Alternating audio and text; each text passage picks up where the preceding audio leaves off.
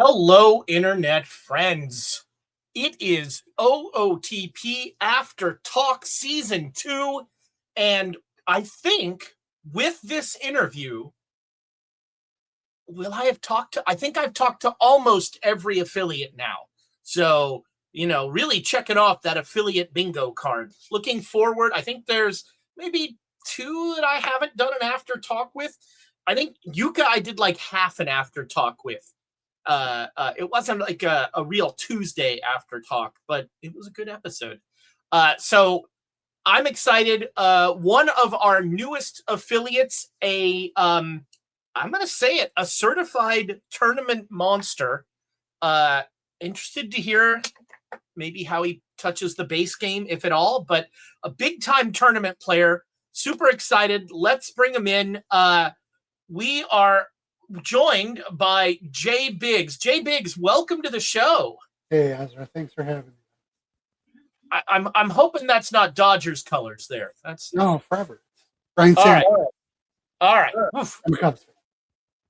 I was because this would have been a very short interview. That's all I'm gonna.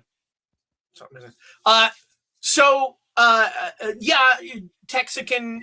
Just so folks know, TJ is has family time. He's playing Mr. Dad tonight, so no official stream. We support dads taking care of kids. It is awesome, and so I hope TJ is having as relaxing a time as you can with those bundles of energy that he's got. So we're starting after talk a little earlier. I might actually go to bed actually, more importantly, Jay Biggs might go to bed at a decent hour. I'll go to bed, at a reasonable hour. But thanks for staying up late. Oh, it's not too bad. I mean, this is 9:30 on the East Coast, and this is fine, totally fine. So you have been an affiliate for a couple of months. How long have you been streaming OOTP? Just since January of this year. Okay, wow. Yeah. I'm sorry. No, I was just going to agree with Yuka. I do kind of hate the East Coast, and I went to college in Vermont. I'm not a huge fan of the East Coast. I mean, I don't mind it, but the weather. I will never forget how much crap I got for calling Houston Street its proper name, Houston Street, because apparently only in New York City do they think, let's pronounce something that everyone pronounces one way, the other way, and then get really pissed off when they don't say it our special way. Drives me crazy. It's Houston Street, you idiots. Houston. New York for it. Well, what does she say it right or does she say it wrong? Because as a Texan, we've gone to war for less. Houston. Sam Houston was at the Alamo. So how long have you been playing OOTP? He said, trying to get back on track. So yeah, I have it on Steam from 2016, but honestly, that was something I purchased it, and I don't think I really messed around with it too much. And I vaguely remember playing Out of the Park prior to that, but I couldn't really say. The first time I really got really deep into it, I picked it up in May of last year, so at OOTP 26. I saw so you stepped away from the game for a little bit and then came back. Yeah, I mean, I would say I'd never really totally got into it. I remember playing a precursor of Go that I played a decent amount. But yeah, I would say to answer completely honestly, I didn't really start until May of last year. Okay, and what kind of, what pulled you back to it? Was it tournaments? Was it watching streamers? What kind of pulled you back to OOTP? I want to say I saw an ad on Facebook for Perfect Team. I want to say that's what it was. And Somewhere Rich is smiling. yeah, whether it was Facebook or whether it was some other social, I don't remember exactly. But it was definitely, I saw an ad for Perfect Team and I was like, that looks dope. And so I jumped over and I started running that. And shortly thereafter, come like August of last year, I found Twitch. Not that like the actual OOTP part Right. of Twitch. And at that point, then I fell in with Max, and it, Oh dear. Oh no. Down from there. Well, so when you started playing OTP back in like 2016, you were playing base game, right? You were just simming seasons, that sort of thing. Mm-hmm. Yeah, I would have just been messing around with it. I've got a long history with like baseball sim games, which kind of makes it hard for me to remember like exactly what I did with right until this, because this has been something super memorable for me. I'm going to say something that it's not slandering OTP. It's just a fact. It's kind of funny to me that OTP's improved graphics pretty much look like Front Page Sports 98's graphics. I definitely played that. I loved Front Page Sports Baseball might still be one of my favorite games of all time. Yeah, I mean, I've got a long list. Like, I cut my teeth when I was like 9-10 years old on the Commodore 64 playing Micro League. Micro League, that's where I started, and then like where you had like 6 teams, so everyone got to know like a 60s Tigers team and the 86 Red Sox.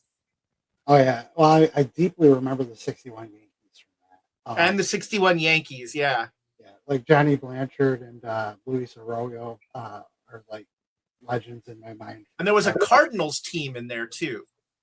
Yeah, they usually had. I think an 80s Cardinals team. 85 Cardinals were usually. Yeah, because I remember all the George jokes that I was making at the time. Okay, Andahar and John Tudor. Yeah, great pitching staff.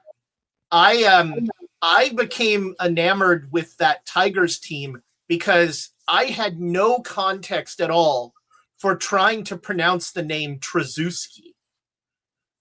And so I would just look at it and try and figure out how that could possibly be pronounced, given the collection of syllables. You know what? The Tigers team that always sticks with me that I remember from that was the '68 Tigers, and obviously you had like huge seasons, from like McLean and Lolich. But the thing I always remember is Roy Euler, the shortstop that hit 135. Right? Because he was just so bad. When I was in college, I had Micro League Baseball and on my Mac Classic, and my friend Eric, who was from Detroit, we had like a World Series between that Tigers team, and I took the 86 Sox, and we would play in like his home games were in his room, my home games were in my dorm room, and we would like manage live and that sort of thing. And that was like some of the most fun I had in college, which might be more a damning indictment of my college years than anything else. I don't. You know what's funny, B. Phil? I never played Earl Weaver. It just fell through because there was like a weird interregnum. It didn't come out on Mac, and I only had a Mac for like the first 5 or 6 years of my computing life before XCOM made me have to get a PC so I could play the best game ever made. Did you play Earl Weaver? I played it a little bit. I remember it, but like it's not one that sticks out. Like yeah, that was like the old X86. Yeah, we had it on. It was the Commodore 64 for us.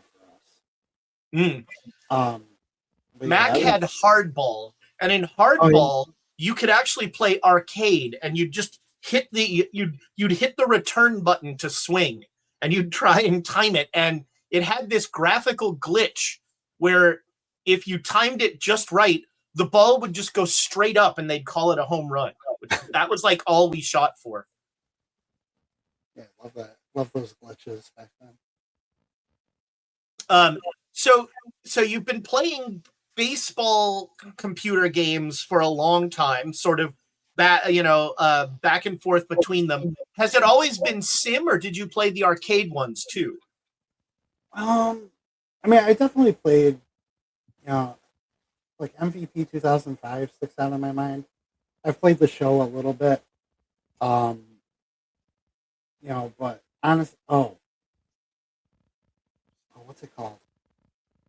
Well, I mean, you go way back, like Baseball Stars was. Yeah, yeah, the Nintendo was that on Nintendo, I think. Yeah, yeah. Yeah. In the last couple years, like, I mean, they don't make it anymore, but Super Mega Baseball was.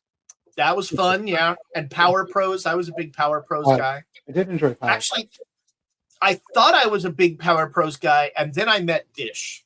Oh, right. And I realized that I'm not a big I'm middling in terms of Power Pros, and B, we play very different games. Like watching that championship that he broadcast, I was just like, I don't even know what's going on here. It's bonkers. So what so you're playing these sim games. What is it about these sim games that kind of grab you? Is it just being able to manage or whatever that is? Yeah, so I mean, I think for me, like my real introduction, I mean, my like where I dug really deep into baseball was when I read Bill James's 1992 baseball abstract. So like I was 13 at the time. Wow. So I'm reading Bill James, and like it totally changed everything for me in terms of baseball. I started to look at the game completely different. And playing The Sims, like you just get the opportunity to kind of put all these theories to work, and I think that was something that always interested me. So it's like, with Perfect Team now, one of the things that I love to delve into is just like constantly working about how to make your team most efficient and to make everything work and to go out and win tournaments. Yeah. And it's you can sort of the daily tournaments, I mean, you can iterate stuff so fast that you can just like, you can test one lineup and then decide to change it for the, run it for a week and not be happy and change something. That's the nice part. Yeah, you get constant, like instant feedback. So it's like you can test your theories, and obviously you got to, like, kind of wait it out to give a sample the time to develop into something large enough to actually make decisions on. But yeah, you're constantly just being able to throw stuff at it and see what works and what doesn't. That to me is. So I'm always interested. Were you a data guy before you got into baseball, or did kind of baseball pull you into the data world? I really don't care about data outside of baseball. That's like really the limit of where I enjoy it. That I'm right there with you. I hear all these people like talking about making programs, and the statistics numbers. I rock this and CWIT and all that, and my eyes glaze over. But it's interesting how in the context of baseball, all of the sudden those numbers become compelling. Oh, for sure. I mean, like I'll use data all day long. I don't actually like collect it or you know do anything to develop my own. Um, I'm I remember somewhere on Discord last year, like you know somebody asked a question about collecting data and stuff like that, and I'm like, I just use my eyes. And this was before Score, and I got to be really cool. And he was like, "Your eyes seem to be doing pretty well." So it's like I do eyeball a lot. I love the fact that Seawitz put his stuff out there. Um, I've been definitely utilizing looking at his models and things of that nature. Um, but you know, as far as I do trust my, the way I see it. I wonder, and this is, this is probably a question that I should ask Seawit when I have him on again, but just sort of as I'm thinking, like, um, it seems like with things like Seawit's website and the HODL stuff and Angry Unicorns app and that sort of thing, there's almost a self-fulfilling prophecy where, like, Johnny Noon is the best bronze player, so everybody plays Johnny Noon, and he becomes the best bronze player just because he's used so much. Yeah, I mean, I think there's definitely where now that we have all this data that's just out there, and as that data helps to establish the meta, I think what's going to be interesting, like as this cycle continues, because this is the full access and everything being public now, or a lot of things being public. Like what it's gonna end up being, it's gonna kind of almost be like there's gonna be like a chess match, or there can be, where counterplay is something that come into play. Like if the thing is, if like in a tournament what 80% of everybody's going to be running, then you have an opportunity to counterplay against that. I don't know that we've really seen that yet necessarily, but I think that we're getting to a point where like that's going to be something that'll definitely be in play. Huh? Yeah, that's interesting. RWD, I think you're talking about the OOTP official streams. So yesterday, Dr. Dynastic had, I think it was work stuff, but he was unable to stream yesterday. And today, TJ has family stuff. So there were not OOTP official streams yesterday and today. Let us never begrudge people for having lives or finding things to do in the real world. And that's okay. We'll all survive without 2 days of official drops. It's and again, let people do their real life stuff. Yeah, and Dish won't be streaming this weekend. Thank you, Yuka. But Dynastic said that he might pick up either Saturday or Sunday for an official stream. So we'll see. I don't know if the official sports drink will allow him to do an official stream, but we'll see. But that would be awesome, Yuka. If you could get Dish to do a Boston live stream, that would be funny. So Jay Biggs, you play. How do you choose which tournaments you're going to play?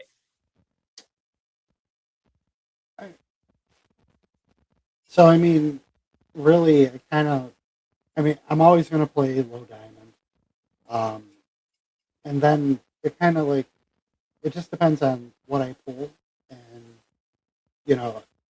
where I just start to feel comfortable with the run environment and the cards I have access to. So, like right now, I'm kind of in a rotation where I'm playing low diamond for the most part, diamond heart, early gold retro.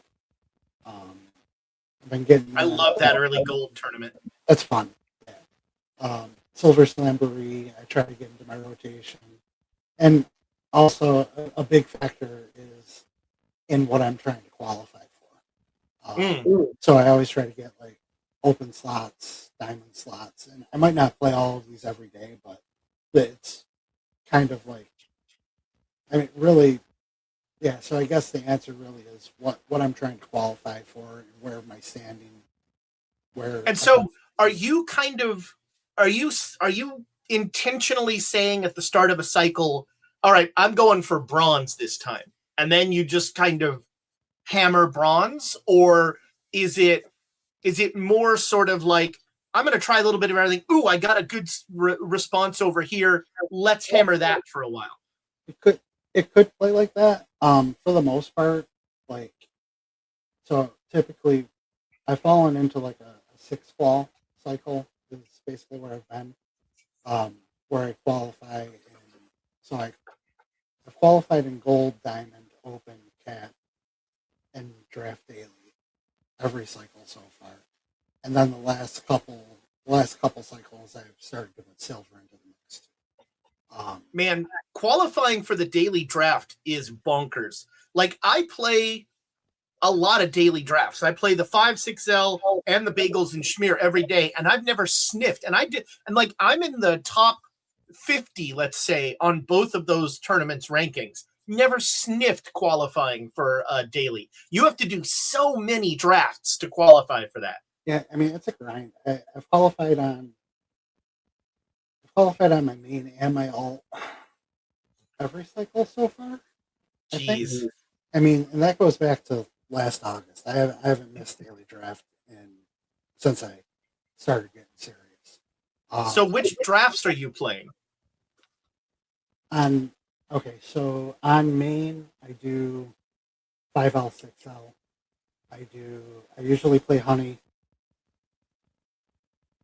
Daily Scrum, I like that one. every day on my main. And then, I might hit, I'll usually hit like 2 more, depending on, and those could be whatever.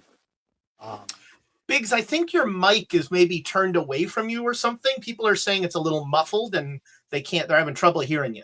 It might be too close. Is that better? No, I think closer maybe and pointed more at you. How's that? That sounds better to me. Is that better? It might also be check in, go to the settings. If you click the 3 dots by your name and StreamYard, you can edit your mic settings. StreamYard has a lovely habit of using a mic that you didn't know you had, like, say, the mic in your webcam. Apology. Whoops. Well, he found his webcam. He found the camera there. Apologies for the technical difficulties. I think there we go. Let's see. All right, so the video's back. Now let's see the audio. It might just be that you need to, like, talk right at your mic. I don't know. Oh, now your mic is silent, so we're not hearing that.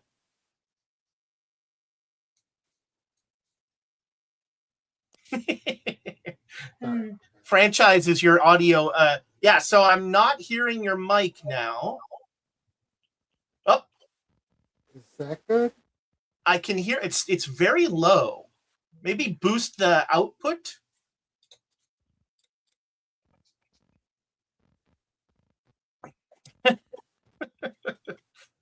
I have to admit, I know very little, because for whatever reason, probably because I'm loud, honestly, I have never had mic problems. But we'll see here. I'm very interested. Like, it's fascinating to me that you qualify in so many tournaments, and yet you're often just sort of like, oh, I had a good result here, so I'm going to start playing silver now. I mean, I don't know if it's all that. Like, so, I mean, really, I cut my teeth, like, daily draft, diamond, gold. And then, like, last year I was aiming for weekly as well. And then, like, by the end of the cycle, I was trying to 6-qual. Just to do it because other people did it. So I wanted to do it. And I never quite got there because I could never get weekly draft. Like, I just can't wait 3 days. Like, it just kills me. So, now it's like I could see delving into bronze and iron. I'm actually playing a little bit of iron on my alt now. But, I also don't want to end up having to build like 10 rosters. Well, and that is a big thing for me. Yeah. So what is you are a low diamond loyalist. What's that about? Is that just is that your jam, or? I think, yeah, that's just, I opened, the first meta variant I opened last year was Jim Fregosi, Mm, like in July, August timeframe.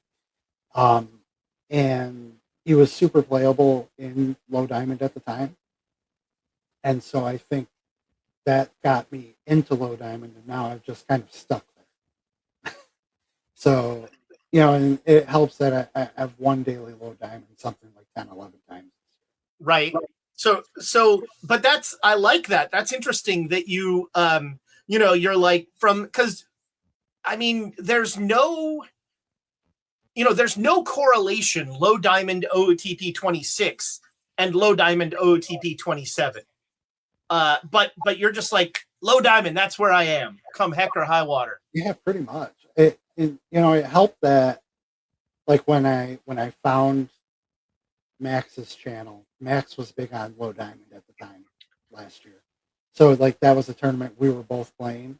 And so I don't know. I think it has positive vibes for me. It feels good.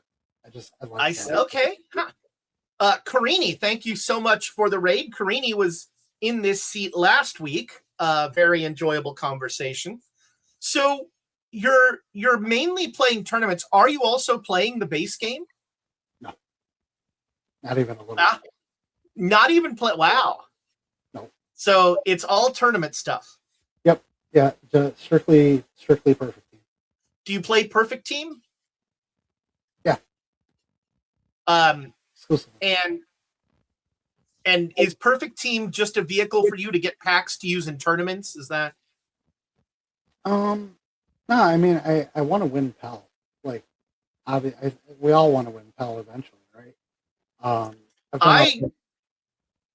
I have no, like, me winning Perfect League is not even something I would me getting to Perfect League is not even something I would conceive. And so I would, like, it's funny because my expectations are so much lower that, like, I get to low diamond and I'm like, all right. Yeah, I mean, I definitely, like, when I started it last year, like, I definitely went through that cycle of like trying to figure it out. Um, you know, once I found everybody, once I found this community, that definitely helped a lot. Um, but last year's goal was to make it to Pell. I made it at some point. I don't remember when, but I was up there for like 1 week. And this year, like, I wanted to I wanted to be in Pell for the first week, and like I missed out by one game. Oh. It was horrible. And then I got stuck in high diamond for like 4 weeks. But I made it, and now next step is just to get there and do well. So yeah, I think high diamond is the best I've ever done. Do you play any of the alternative runs like packs only or theme teams, that sort of thing? Yeah, I've got a theme team. What's your theme? So another one of the baseball simulations I've played is Stratomatic, and that continues. I run a league that's called the HPBL, and my theme team. So we've run 1956, 1957, 1994 through 1998, and then 2019 to current. My theme team is players that have played for the Charlotte Hellcats in the HPBL. Oh, that's awesome. I like that. And that team has been that's been your team consistently through all the eras that you've played. Yep. So you've got kind of a nice historic base there. Yeah, I mean, I wish I was kidding with the guys on Golden Heart that I wanted to just have them draft like the aughts with me so I could get access to new guys.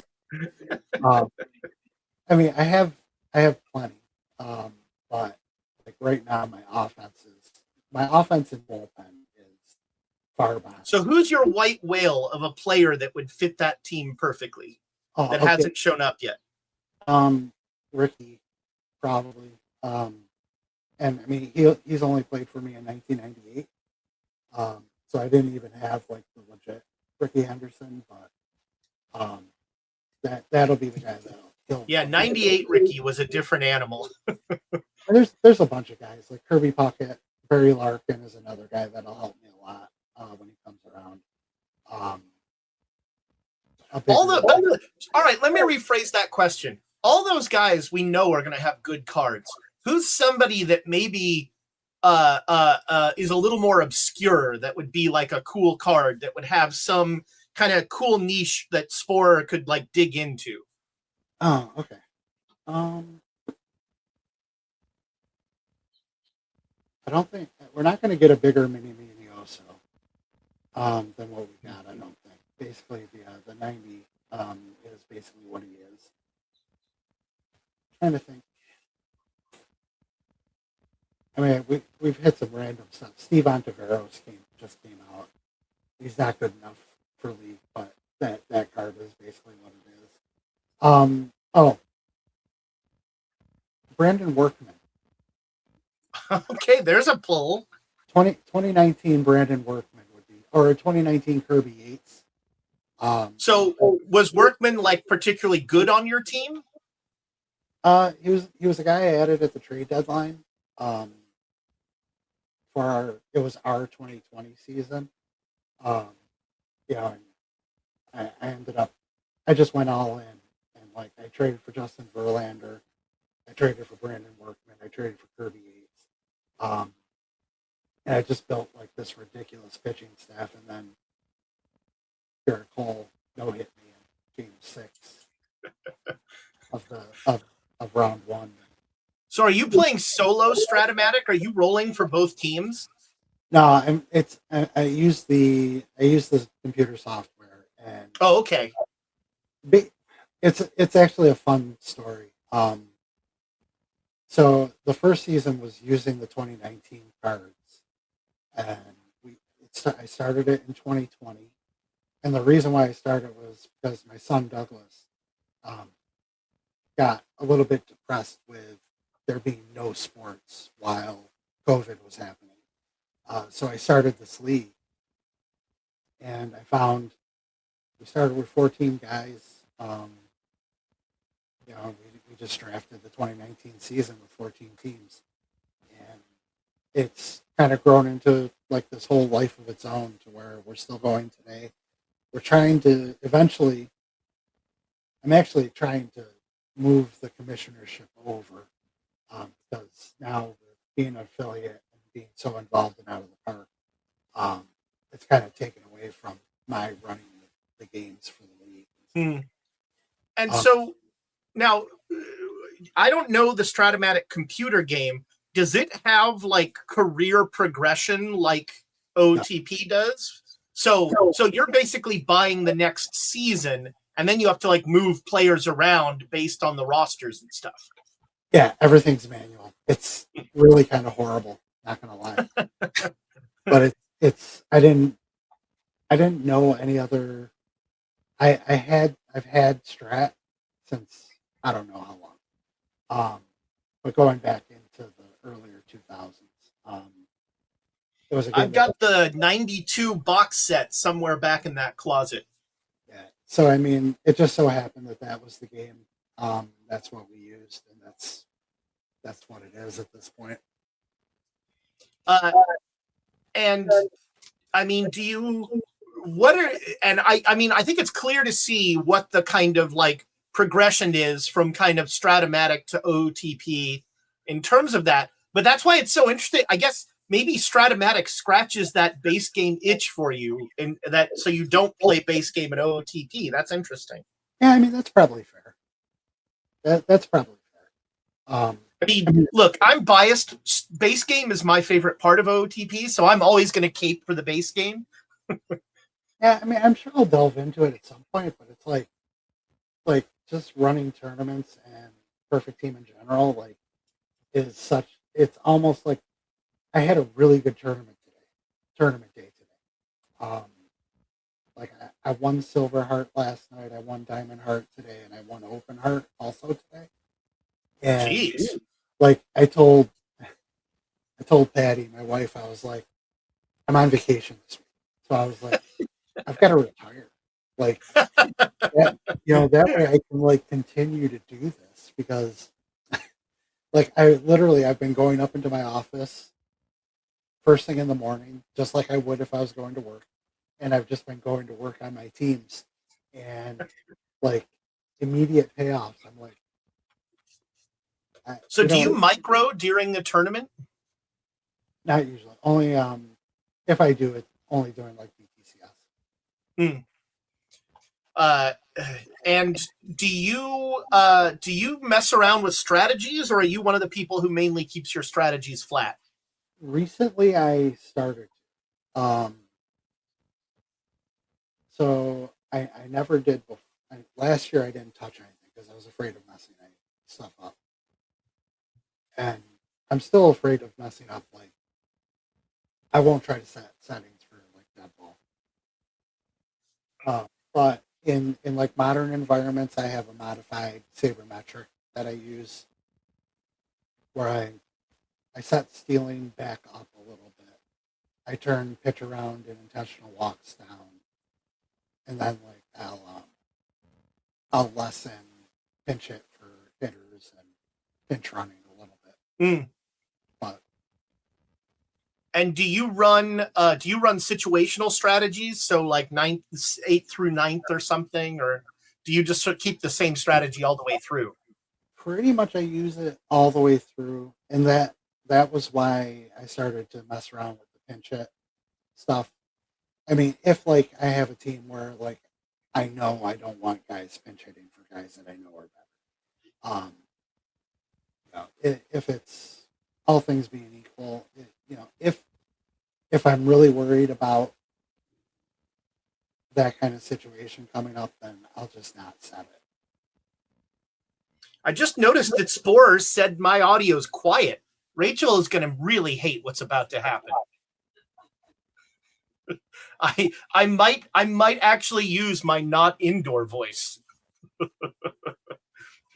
I'm not going to do that. Nobody needs that. I did it last week a little bit with the Garrett Morris. Please, franchise, you're in the wall. You can hear it anyway.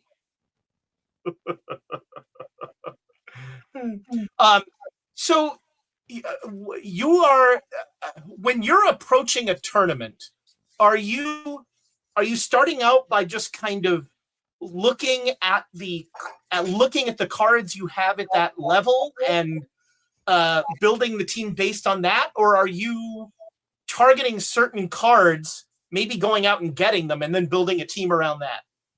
Yeah, so usually I can't if I'm building fresh, then the first thing I'll do is I'll sort by release date and I'll start looking at the newest stuff. And then I start to play into the variants that I have for that particular tournament. And usually, like at this point, most of the stuff that I'm going to play, I've played at one point or another during the cycle. So I usually have a pretty good idea of like where I'm headed with it. If I'm starting something completely fresh, like I have not played that tournament at all, first thing I'm going to do is go and I'm going to hit up Seawit site, look at the observed, just to get a feel for what's been going on there, and then like I'll start to look at the models and see what's going on in terms of how everything's modeling out. I'm just trying to give you a shout out. Your channel's just J Biggs, right? At J Biggs. JBig78. At JBiggs78. All right. Now we know what year you were born. Is it? I was born. That's no. What is the 78 then? It was my football number. Wow. So you were an offensive lineman? Defensive end. Oh, defensive end. Nice. I only played football tackle when I lived on a Navy base. I've never gotten to play real football, and I played basketball, and I was always the basketball guy where people would be like, "Could you stop touching me? Basketball's not a contact sport." And I was like, I maybe should have played football. Oh, I love basketball. I was a shooter. I've told this story before, but I showed up in high school freshman year, and I was 5'10", and the coach got all excited, and he was like, "Oh, we're gonna put you in JV. You're gonna learn center, all this stuff." I never grew an inch, so I'm a 5'10" center. I'm 5'10" back to the basket hook shot person. It's not good. I was 5'8" in sixth grade, and I'm 5'8" now. Well, then, yeah, you have to be a shooter. Yeah. Mm-hmm. Yeah. No. Or a water bug guard, and I was neither of those things. I was 6 fouls is really what I was. That was fine. So you're looking at a tournament, you're building a team for it. How sort of detailed are you just kind of getting it up and running so you can kind of get that first iteration, or are you just kind of like, well, this is the CWIT stuff, so we're going with that? I mean, I'm always gonna like put my own spin on it. I definitely have my own opinions on things, but like I'm never really gonna just go blind either. So like, you know, definitely like the last couple of days, I've just been poring over like that data and just trying to figure out, you know, obviously like there's new stuff all the time. So you need better vacations. Yeah. Well, in general, we went to Jamaica in March. All right, well, there you go. Poring over OOTP spreadsheets does not feel like a vacation to me. Oh man. Yeah, no, I'm enjoying this week. Wifey's off on Thursday and Friday, so it'll end then. At least this week. And so let's talk about that. What have you noticed about the and I think run environment, how should I say this? I think card shapes are different at different levels, but what's sort of a broad takeaway that you've seen about card shapes in 27? So my takeaway, especially in Modern, is that a void K is highly important. And I mean, I've had a lot of luck with stuff control. Like that has absolutely been valuable for me. Like I've run the daily, the 9Q daily has been huge for me. I'm working on running Kofax and a bunch of stuff now. Like that's fascinating because his PBABIP scares me so much. Like when the Shane Bieber came out, that card's been money for me. So like that high stuff, and I mean low diamond is in chords.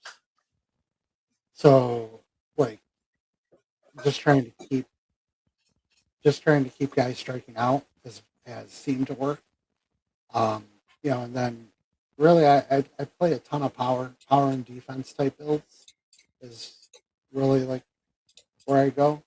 I've been having a lot of fun with that Roger Maris. The Roger Maris is really fun to use.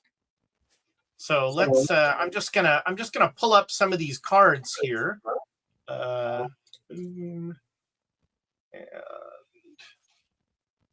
Where is? There we go. Okay. So here's that Kofax card that you're talking about, and so, you know, I have to admit that like I kind of I get a little worried. I avoid splitty cards, which is probably, you know, that's my own hang up that I need to come to terms with. But like that scares me about this card. How so you're not so concerned about splits? Not so much. I mean, it depends what I anticipate facing. So like in this situation, we're talking about usage in low diamond. I'm not really trying to use the Kofax anywhere else. In that particular, so that's course field with a right power slant. And it's, I want to say it's 1999. So, I mean, power's way jacked up. I'm not so worried about a random single to a lefty, and I'm anticipating facing more righties anyway. And you're always going to face more righties. Yeah. Anyway, right? And assuming people are using like default lineups and not microing, then Kofax is by default going to face more righties in general. Beyond that, so that lefty PBAP doesn't scare me too much. A little bit in that particular environment, I got to worry about Jerry Lynch, but that's one guy. So, I think that's a great point about sort of when, I immediately look at somebody who's splitty and I'm just sort of like, especially on PBABIP. I don't know. I'm hung up on PBABIP this year. But that's a good point about, depending on the tournament, boy, that bird is going off. Depending on the tournament, and the run environment, it can be, you can kind of disregard that, or you can minimize the deficiencies of a card to maximize the advantages.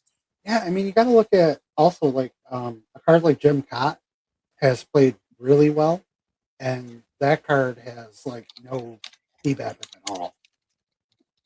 But, yeah, I mean, that card also terrifies me. Right? Like, so, and John Donaldson is kind of the same situation. He's almost like the same guy. And John Donaldson just knocked me out of diamond slots yesterday. He threw a 10 inning no hitter against me with 50 something PBAP. So, I mean, I think PBAP was, I think in 26, PBAP was kind of God. Yeah. And this year, it definitely isn't quite as obvious to that. As strong.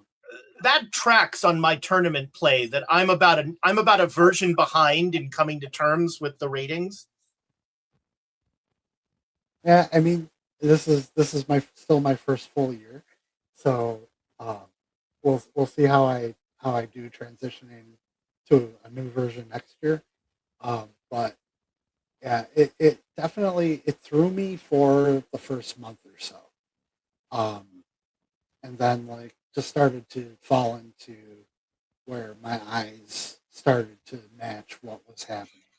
Yeah. I'm gonna take this PBABIP stuff to heart. Part of my problem is I play so much dead ball, and dead ball PBABIP is king. Oh, it's still king there. Yeah. Yeah. And so I have to, probably saying more about me than I care to, I have real trouble bifurcating and kind of changing my mindset for each particular strata, let's say. Yeah, no, I totally get that. I still kind of struggle. I feel like I struggle with like dead ball. I've done really well in laps tournaments so far this cycle, but it's still when I do well in the 5L, it still feels lucky. You don't know the half of it, Yuka. So who are some other cards? You mentioned who was the hitter you mentioned? You mentioned Maris. Oh yeah, that Maris card's so much fun. And so this is, this to me is sort of the prototypical like OOTP, like just power and eye. Yeah, totally. It's the avoid K that really makes it. And see, I hang on the power and I, so I'm going to start adding that avoid K in there too. That is pretty huge. Yeah, Huh. because the the non-existent BAP doesn't matter as much when the ball's flying over the fence, because that's not a ball in play. Right, right. So I, I've just seen some success with it. I know Max has done really well with the Maris variant as well. It's not something you can bust out everywhere, but like in modern environments, the card plays. Hmm. Like Lee May has been like my favorite card right now, and I haven't even told Sport of that yet. I love Lee May so much. And how much weight do you give defense? Like a lot, but I don't feel like I'm as much a slave to it as other people. Yeah, because Maris, not what you'd call a defensive specialist. No, I try to DH him. I do try to DH him. So that's interesting. Now, you were just talking about how this seems to me a totally opposite shape from that Maris. 100%. And so that's interesting that that you're kind of elastic enough to be like, this is the shape I like, but I also like this shape. Yeah, I mean, like different guys do different things well. And as long as, so Lee May, I don't necessarily like post 2000. I don't like, but anything prior to that, like I'll run him, and he's raked for me. Raked. I will draft. And so, are you mainly running this in? So you're running this any in sort of power era and down? Yeah. To a point. Like I don't want to play them in the 40s and before that, but like from basically like modified heart era from like 40 to like 90 something. Is this a platoon card to you? No. Really? So you play them versus lefties too? I'll play them both ways. Huh. Ball go far. Well, all right, yeah. That's a trademark statement. We now owe Dish $1. I'll Venmo him. Gotta get the Venmo. That to me is so interesting that, and again, I would look at this card and I would be like, I'm only going to play this versus righties because and this may also be the dead ball thing again, I'm just looking to platoon anywhere possible. Oh, sure. No, I get that. And I mean, it's not necessarily like ideal to play them first left, but I will. And, you're getting that key first base defense. I mean, he does. For a first baseman, he's got solid D. I think that's a win. So, I didn't tell you we were going to do this, but you say low diamond is your jam. So I'm going to inflict on you the same pain that I inflicted on Max. And I'm going to enter a diamond tournament with my PAX only team, and we're going to build a team. Max is a mess right now. So let's see here. Yeah, this is some. Let's see. Let's enter not live. What's a diamond? Diamond. Oh, I'm full. Ugh. Let's. You know what? We'll have you rebuild my Diamond and Friends. That'll work. So let's go to. Where is Diamond and Friends? There it is. All right. So here is my current Diamond and Friends roster, which has not been touched since the beginning of the month. And so we're going to take a look at it, and you're going to rip it apart. So let's start with the pitching staff. I'm pulling up mine. What now? I'm pulling my Diamond and Friends roster up to look at it. Well, remember now, this is PAX only. Yep. Okay. So, I'm running some. I actually am running. This, I gotta say, man, it has been a sea change in OOTP. Like in 26, I was lucky if I got a variant to level 3. And now, like, every variant I have could be level 5 if I wanted it to. Oh, it's so much easier and it's so Yeah. phenomenal. Like, Yeah. it's really one of the best quality of life changes we ever got. So nice. So I mainly put my diamonds in pitching. How many? Well, I've got a fair number of diamonds. I mean, you get a lot of diamonds in this tournament. But so, who is your like best starter in this Diamond and Friends? Your best starting pitcher? Cliffley. Because I'm betting it's not Red Faber. No, it's Cliffley. Although I don't Cliff know. Lee? Yeah, I don't know if I haven't updated in a couple days. Like I might switch him out. But if we're looking at best diamond, it would be the Carlton level 5. Steve Carlton. I'm Yeah. guessing I don't have either of those. I probably want to keep that McGonagall perfect. Let's see. Cliffley, I don't think would be the choice. Let's just say starters to get rid of the position players.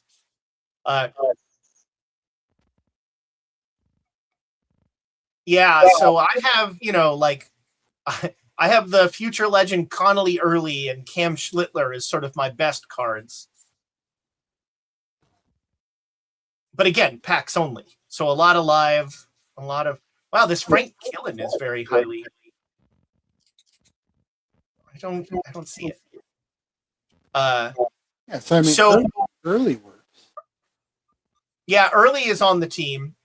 Yeah. I think Schlittler and Wheeler and Cease are all kind of not as good as the people that I have on the team. Let's see, I have Babe Adams. So I don't even know why. I don't like this card. Oh, the HRA is really good. That stuff though, because it's a default environment. Yeah, like part of me thinks that I would swap out him for. I mean, I mean, still plays. Yeah, I've got Petty, got Bieber. That might be a good one to swap him out for. He's already on. I mean, Schlittler doesn't really excite me.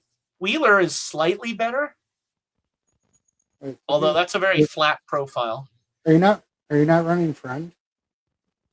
I don't. I have Bob Friend. Is he on the team? He is not on the team. All right, let's try that. So we're gonna send down Babe, and we're gonna send up Friend. I mean, like I haven't tried to run the Adams. Thanks, B. Phil. Have a good night. I know it's late, but like that high HRA could work. Obviously, it's just the stuff that's a concern. Yeah. No, I think I would have to go back and look, but I don't think. I mean, I think he's been not particularly impressive in terms of my other pitchers. Diamond wise, this Grisenda I don't love. Oh, I love that guy. Yeah, that's definitely a good card. That's that weird split problem, and it's my my hang up. And then I don't know if Trevor Rosenthal is doing me any favors at Iron. Is there an Iron that I should be playing instead of Trevor Rosenthal? An Iron pitcher? Mike Marshall would be to me, he's like the best. But he was a clubby. Yeah, well, I've got some clubhouse stars, so let's buy Mike Marshall. Because that I can do is packs only. We're allowed to do that.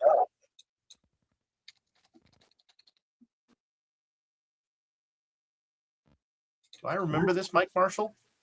All right, let's try it. We'll get one. Okay, and now we will. Oh, nope. We're going to stay here. We're going to go. I've lost my roster. Let's do it this way. There we go. All right, so we're going to send down Trevor Rosenthal and bring up Mike Marshall to no doubt be a middle reliever. As always. All right. Well, that those couple changes there. Now let's look at batters. And so, I mean, I need to if I'm going to keep this White Kiss on the team, I need to boost him. I should do that. I've been playing this Rosario and trying to platoon him. Hasn't gone great. Have you used this card? Do you have an iron middle infielder that you might suggest instead of that? Are you running Nico? Nico Horner would be a guy. Oh yeah, do I have Herner? Second base? I don't. Yeah, Nico Herner's a great call. All right, so we're going to get rid of Rosario.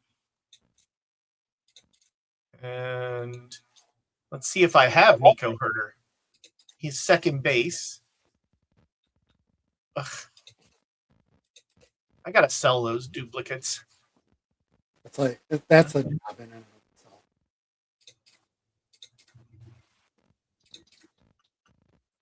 First name is Nico. There he is. All right. Bam. That's no power, but he does a good job. I mean, he's got to be a backup anyway, you know. Yeah, and he covers, tournament. Covers like 5 positions. Yeah, that's the other nice thing, is he's a Swiss Army knife. Yeah. Is there anybody on the? Let's look at batting ratings instead of pitching ratings here. Is there anybody on the offensive side here at the diamond level that you're not sure about? Like, well, let's go avoid Ks here. And so, you know, I've got this Waldschmidt, this future legend Waldschmidt has not a great avoid K, but big power and eye. I play Waldschmidt in various things. I've got live Mike Trout. I avoid live cards like the plague. Well, all right. So he's currently playing center field for me. So what's a center fielder diamond that we can replace Mike Trout with?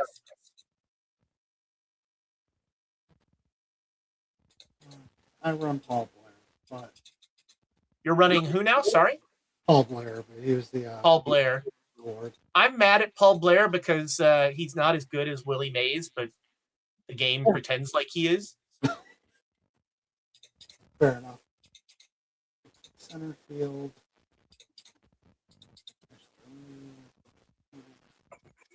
Do I even have Paul Blair? I do not have Paul Blair. No, he was like a third. No, he was a quarterfinal. Beat ref? No, quarterfinal reward in PTCS. Oh, okay. All right. So, like, looking at sort of power rating, the best ones it suggests are Canigliaro, Waldschmidt, and then George Harper.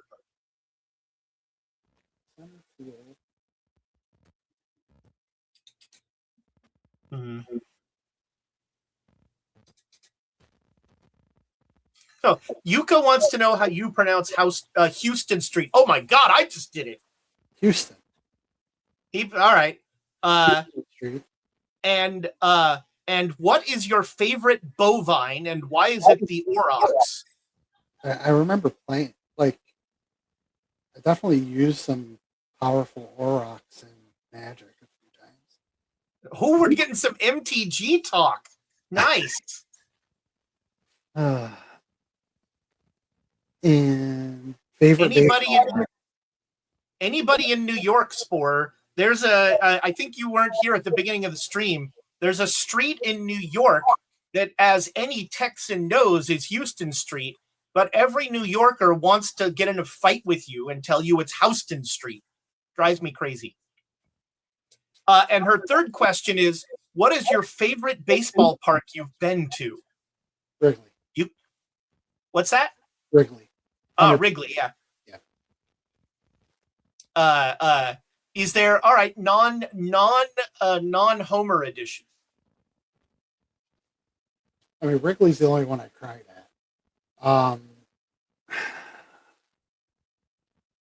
I cried at Candlestick a lot, Citizens? but I was usually cold. It's kind of split. I enjoyed both Pittsburgh and Philadelphia probably equally. I've only heard good things about that Pittsburgh park. I would love to go someday. PMT was amazing. And we got to fly the W there, so that was great. Loved And it. do you have a favorite minor league park? We got a local one, MBT Stadium for the Mets, is about 45 minutes away from us. So, we've the been Binghamton Mets, right? Syracuse. Oh, the Syracuse Mets. All It, right. it did used to be Binghamton, but they moved. Yeah. All of my minor league knowledge is from the 80s and 90s. Yeah, we used to have, back in the day, there was the Utica Blue Sox, and that was super local. And that was a New York Penn League affiliate, and we had Miguel Cabrera played here for 5 games. That was pretty cool. Oh, that's cool. Yeah. Yeah, I was lucky enough. The one Tacoma Rainiers game I went to was one of A-Rod's last games. Oh, that's great. So we got to see that. Although I had no idea who he was. At the time, he was just a minor league player because I knew nothing about the Rainiers. But it was really fun to see the game. And that park is amazing because over left field, taking up a third of the left field view line is Mount Rainier. Oh, that's awesome. Which was gorgeous. We got Syracuse. So I'm sort of looking at George Harper now. Yeah, George Harper's solid. Being pack only, that was a card I absolutely used early cycle. I'm trying to look at maybe Jimmy Ryan. This dead. Actually, I kind of like this Jimmy Ryan better. He's definitely really good velo. Better defensively too. Let's do that. So we will deactivate old Mike Trout. Would you do Ryan or Harper in this case?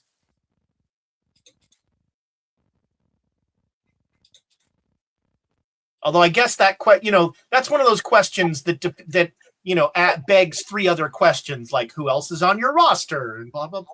Yeah.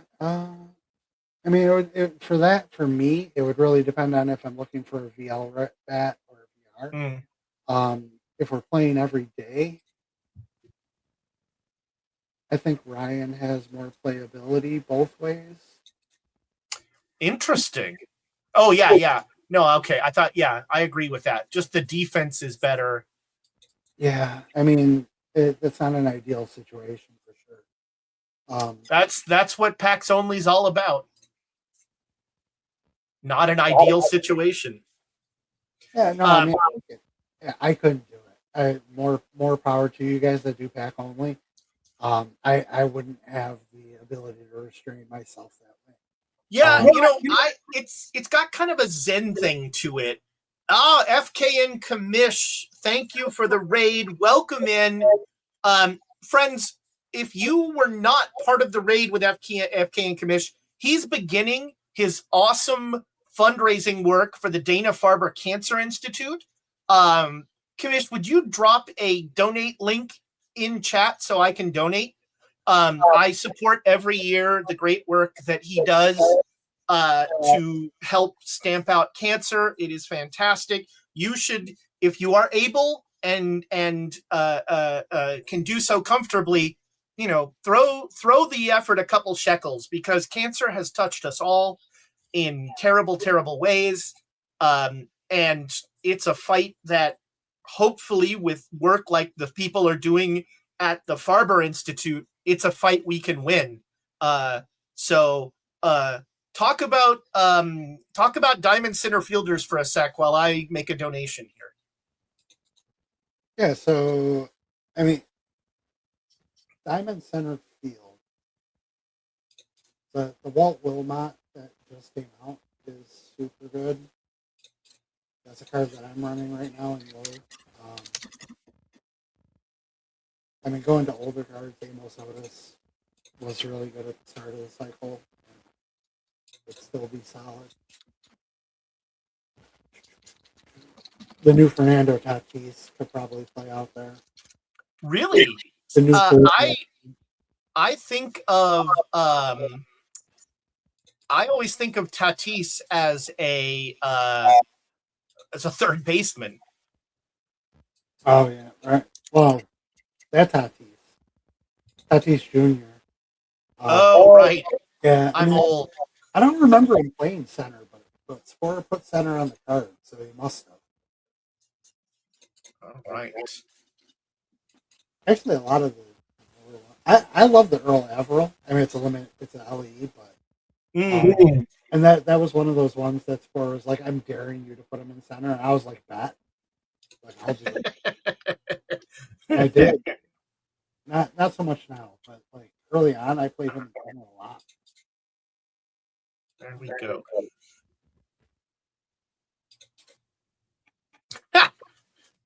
No doxing will happen there. Although PayPal drives me crazy.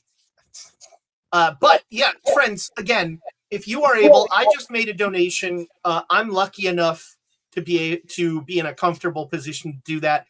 If you are in a comfortable position, you'll not find a better place to send your dollars than this battle against cancer. And I can't thank Commish enough for the work he does every year. We've got many affiliates who do. TJ does his stuff with Extra Life. Commish does all this stuff with Stand Up to Cancer and the Farber Institute. Franchise did that bit with Mermaids UK. I love and look, I'll say it right now. Any affiliate that does any sort of fundraiser, mention it to me. I will make a donation, because it is great to see people use their platforms to do good work. That is, we should all be doing that. And so I'll always support it. So thank you, all the affiliates that are doing great things like that. Sorry to interrupt our silly baseball stream with a public service announcement, Jay Biggs. I don't have it. It will shock you to learn, I'm sure, that I do not have most of those cards. I was just checking. Yeah, they're all new. Like the Tyler O'Neill that came out earlier cycle is the guy that can play in center. The new LK line. Let me see. I do have 185 clubhouse stars. Will that get me any? I don't remember what the diamond cost is. What does John Anderson look like in center? John Anderson is, a 56. That's not awful. Not good. Oh, I kind of like that card. Oh, the card's dope. Let's try this. I like this. See, I need to dive into the clubhouse, because I just have not thought about clubhouse star cards. Another sort of, and the other nice thing is I can actually take one of these crappy first basemen. Like Euclid is actually not crappy, and I like that he can play first and third. So let's find a crappy outfielder here. This is my one. I drew one of the Oscar Gambles, so I have Oscar Gamble on the team. I didn't pull him. I low key liked the card, but I didn't get forced into trying to shoehorn him anywhere because I didn't pull him. Yeah. Plus like being positionless, really, I mean, effectively. Like he wasn't a guy that I had to run out and grab. Yeah, and there are so many better options there are options at DH that give you more flexibility. Yeah, I mean, like I pulled. Well, actually, I didn't pull it. I had to buy it, but the fielder, pretty much satisfies my needs for like a left-handed power guy. I mean, I'm actually kind of tempted to pull Gamble out and put Anderson in. Oh, I think that's fair, actually. Let's try that.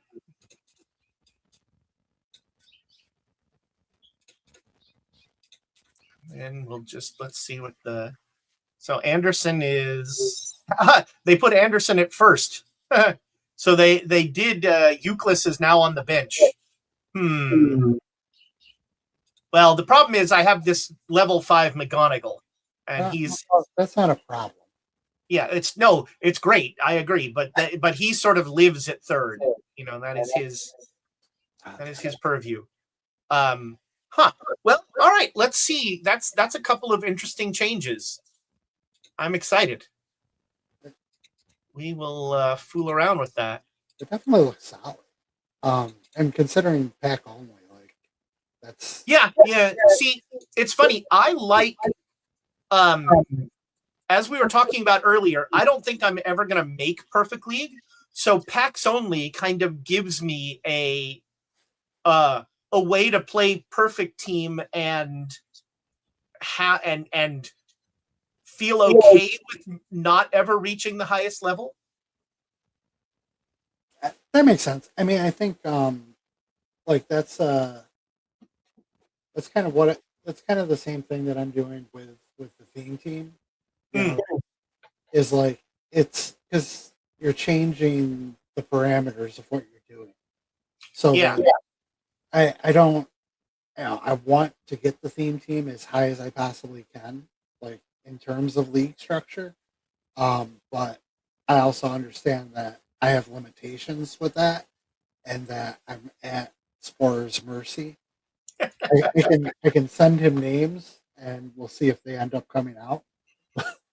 But for the most part, like I need him to randomly pick a guy that I had on one of my teams. So. Yeah, I really need that Jimmy Rollins card to not be a limited edition because my theme team is players that came from Alameda or are named Al, and it's pretty much Jimmy Rollins, Dontrell Willis, and Pop Stargell. That's the Alameda players. And Brian Wu, or Danny Wu as we called him here, is also from Alameda. That's right. So I need a nice boosted Danny Wu. So when I did a stream and I called Brian Wu Danny Wu for like 30 minutes, and Sporer on the spot made a Danny Wu card in the card machine. It was very funny. So you don't play. So you're basically like, it sounds like your first tournament advice to people is get rid of live cards. No, I mean not really. Are you playing any live cards at Low Diamond? No. When you do open, are you playing any? Like, do you have the Shohei or? I'm trying to think. No. I might in a cap situation. I think there's a lot of solid value relievers, especially in bronze, that I might run. Like I might be in a situation where I need a 60 reliever. And in those particular situations, I might grab a live one. Like that's the Mm. best. But outside of a cap situation, I'm gonna find something that and I've come around on the live cards like in draft. Um, I actually target silver, bronze, iron relievers, and sometimes like I love the fact that sometimes at the bronze and iron level positionally, the fact that they are rated to play everywhere will solve a bunch of problems. Hmm. But in perfect diamond gold rounds, I am really trying not to grab live in general. Um, and part of that is because like as the power creep happens over the course of a cycle, like the rate for live cards never changes. Like they're never Mm. going to get to like the level that like a historical gold is going to be in 2 months. Like because that's just not how live works. Right. So there comes a point where it's like in a situation where historical and lives exist in the same draft, where lives are going to become obsoleted at some point. By my end cycle last year, I've used in a draft. I viewed those as blank spots. Hmm. Yeah, you Hmm. might end up in a situation where you're forced to take one. Right. Well, and But that happens in drafts, where like, the best cards you're offered are live cards, or, you need a position, that sort of thing. yeah, no, I mean it definitely happens, but I try to avoid it. Um, and yeah, I'm like I know there've been points where like we'll be talking in our team chat and like W will be like, you should try to qualify for live, and I'm like, no. You just rule it out. I mean, it's just that the the algorithm or however it kicked out the live cards, it's like they're just flat and boring, and I don't Uh, like it. it's funny because that's what I like about them, because they're not splitty. But Yeah, no, I'm it makes sense, and that's why I started like that's why I started targeting um the relievers at those levels at bronze and mm, in draft, is because they aren't split. And yeah. in a draft, like I don't like a lot of splittiness in draft because I don't trust my ADHD brain to remember to pick up the other side of a platoon later. Right. So My only caveat to that is I will, like, in the 5L in dead ball, because you're only drafting 8 pitchers. You've got so much opportunity to platoon that I will actively seek platoons. yeah, I've been trying to be better about that lately. Um, especially during this vacation week. I've been spending a little bit more time on my 5L draft than I typically do. So like I've actually been rocking platoons in there the last. Speaking of which, we are going to play. It's been a minute since we've done a Franken draft. So we are going to draft my 5L team, and we're going to alternate rounds. Okay. So I'll pick the first round, you pick the second round, so on and so forth.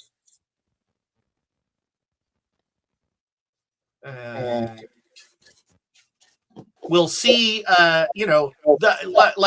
Look, he will never let anyone forget it. Nico is the only person who has won the tournament as a Franken draft. Oh, let's do it. We've had some good runs, but Nico is the only one who's won as a Franken draft. Max had like the next best run, I think.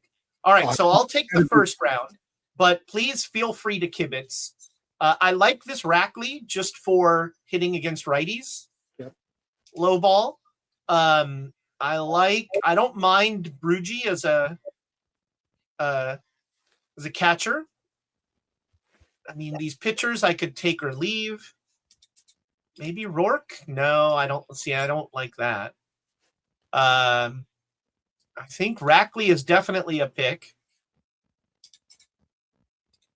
Reeves, I do like gap power and speed. Yeah, I mean, Rackley there is an auto pick. Yeah, I agree. Rackley is, but I don't really like any of the other choices. I'm leaning Reeves. Do you have somebody you really love? No, there's nothing in there that I. Yeah, love. we'll go Reeves. 2 outfielders early though. I love All when right, he this is a 6-0. yeah, this is your round. Okay. Ooh, this is a great test case. What are your thoughts on Satchel in the 5L? I wouldn't think that it works, but it works. Yeah, So, see, I'm the same. I don't think it works, so I don't take him. no, But it 100% works. all right, well, this is your round, so no, do your worst. Satch's auto pick.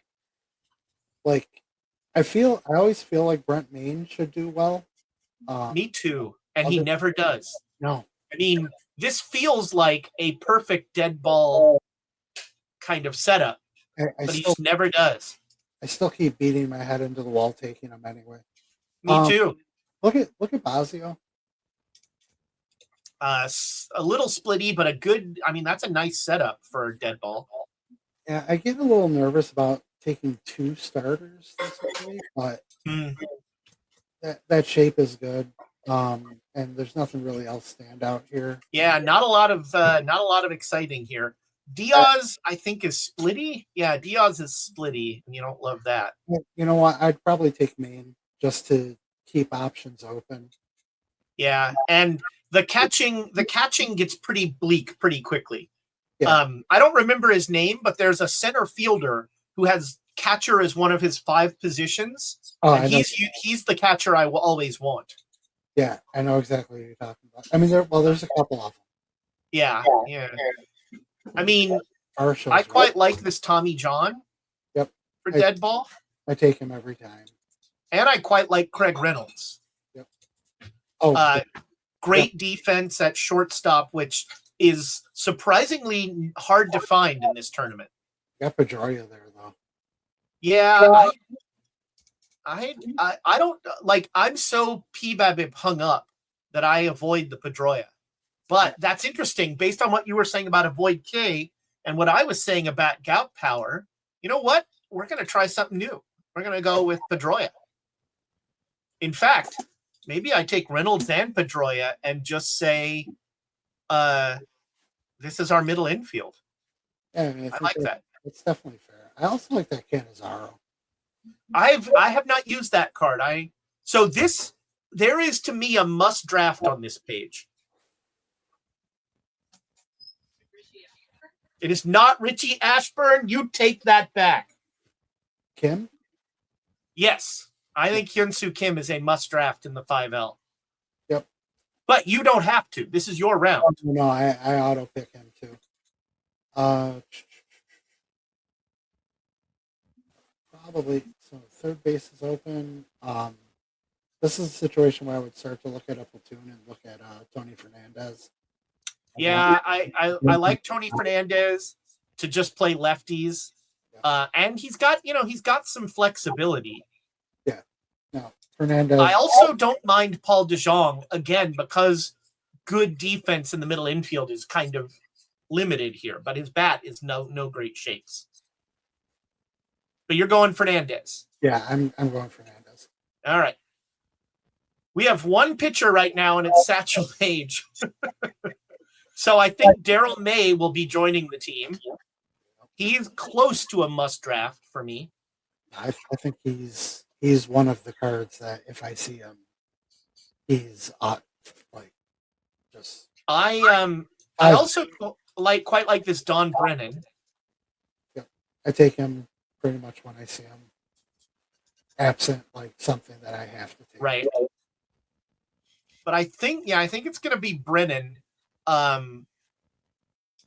This Neff is splitty. Well, he's pretty good. 89, 99. Brennan. He's got big gap power too. Oh, he can hit? Oh. I'm always bad about checking that. Oh, look at that.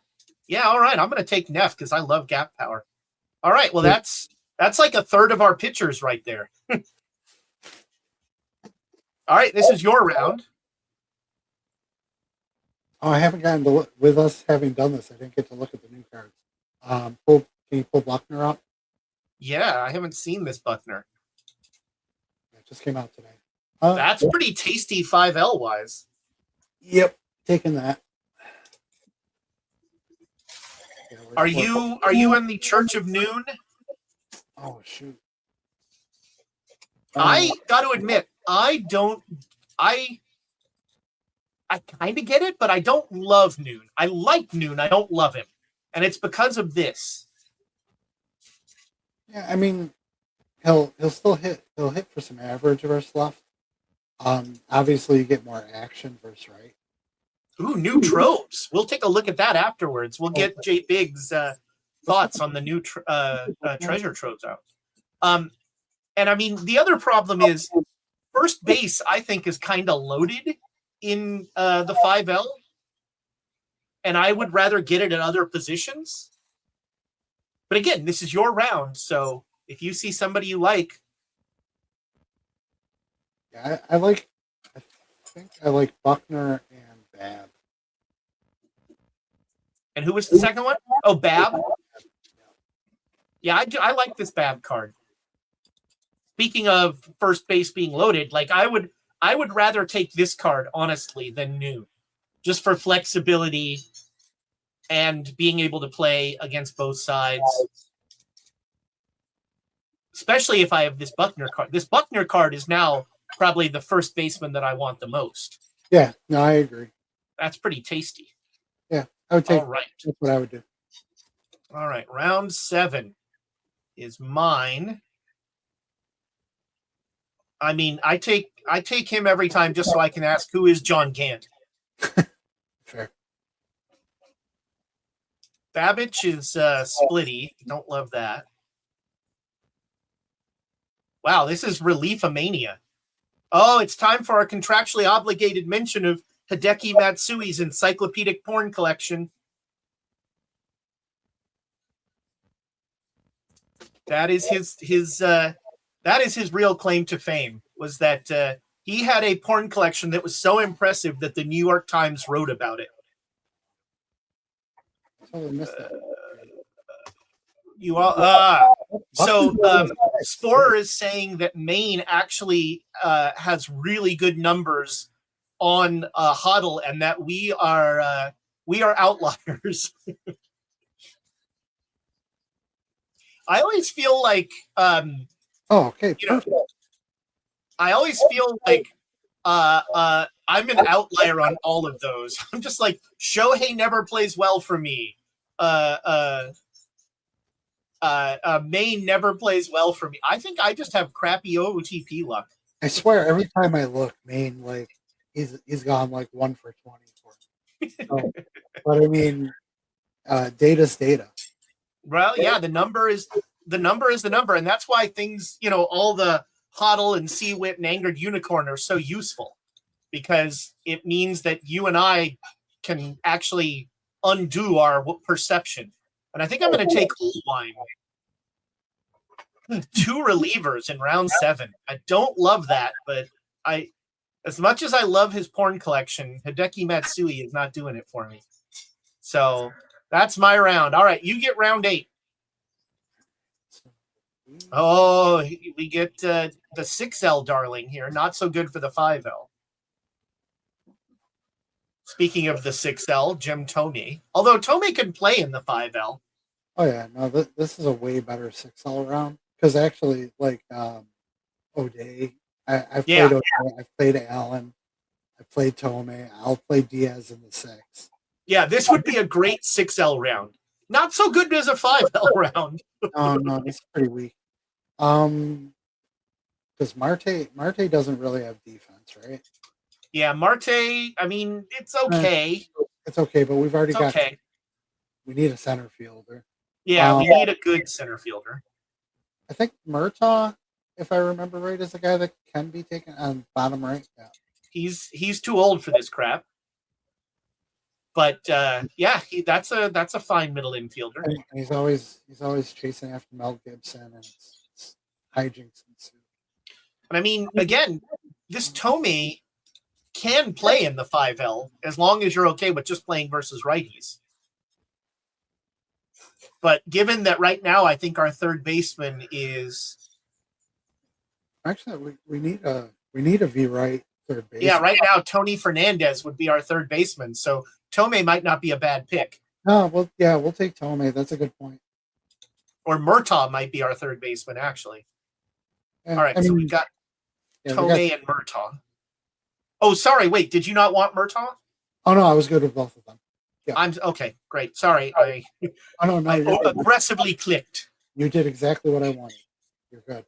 Is this the guy? No.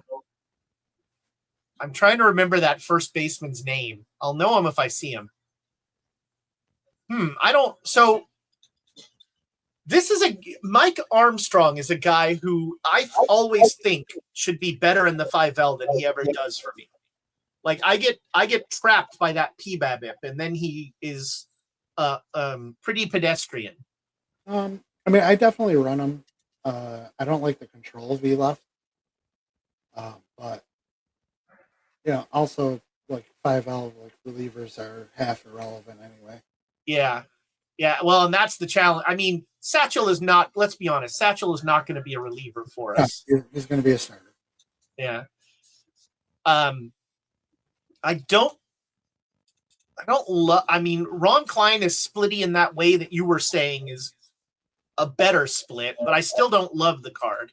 I mean, I would like Klein better if his strong side was V left. Yeah. I don't mind Greg Swindell. I think that, I mean, the problem is we have 807 relievers. Yeah, I mean, the only thing Swindell's bad at is homers versus right. That doesn't matter whatsoever. Oof. I'm not loving this round, got to admit. I mean...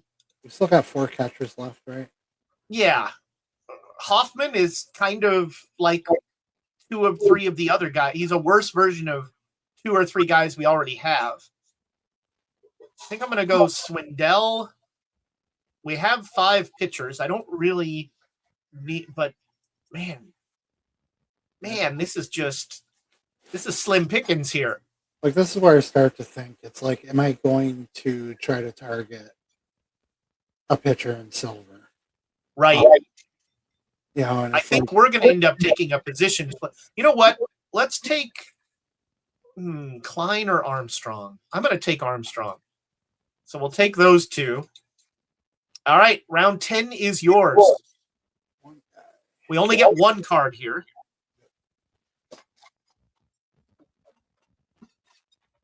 All right. Sporer is all over the Huddle website here. Armstrong is 13th in WOBA among pitchers. So now this is an interesting round because you've got 2 5L monsters. You got Pedro and Sparky. Yeah, we got 7 pitchers though. Yeah, well, that's true. I mean, and neither one of these could, I mean, Sparky could maybe spot start. Can Rucker play defense at all? Not in center, really. And that error gives one pause. Yeah, agree. Max is saying he'd go Griffey, but Max.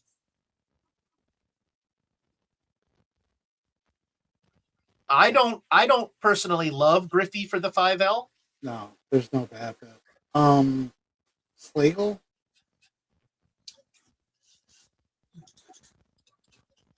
Is perfect. That defense is not exciting. Nope. He's blank. I mean, Sizemore at least he doesn't play center. Yeah, I mean, he's just filling a spot. Yeah. I mean, honestly, Sparky and Pedro are by far the best cards in this coterie. I mean, that's a matter of if you want to have 8 pitchers or not. I generally don't. I'm a 7 guy. Even with the change, have you found with the change to 1913 that that you've taken more pitchers? Because I generally am a 7 guy myself. No, I stick with 7. Yeah. 3 and 4. 3 and 4. Yeah. This is what I would take the backup catcher here. Yeah. Whether it be Tenny or Dalrymple, probably Tenny. Yeah, probably Tenny. All right. All right. Round 11. I mean, this might be our center fielder, sadly. At least V left. I love Bill Robinson. So that's a possibility. Yeah, I think Bill Robinson to be our V left center fielder is probably the move. Yeah, I'd agree with that. Or wait, did you say you don't agree with that? Oh, I'd agree with that. Oh, yeah, all right. 100%. All right. Here, I'm going to do this round so you can do the silver round. All right. Oh man, we can't take the legally distinct spore. We absolutely could.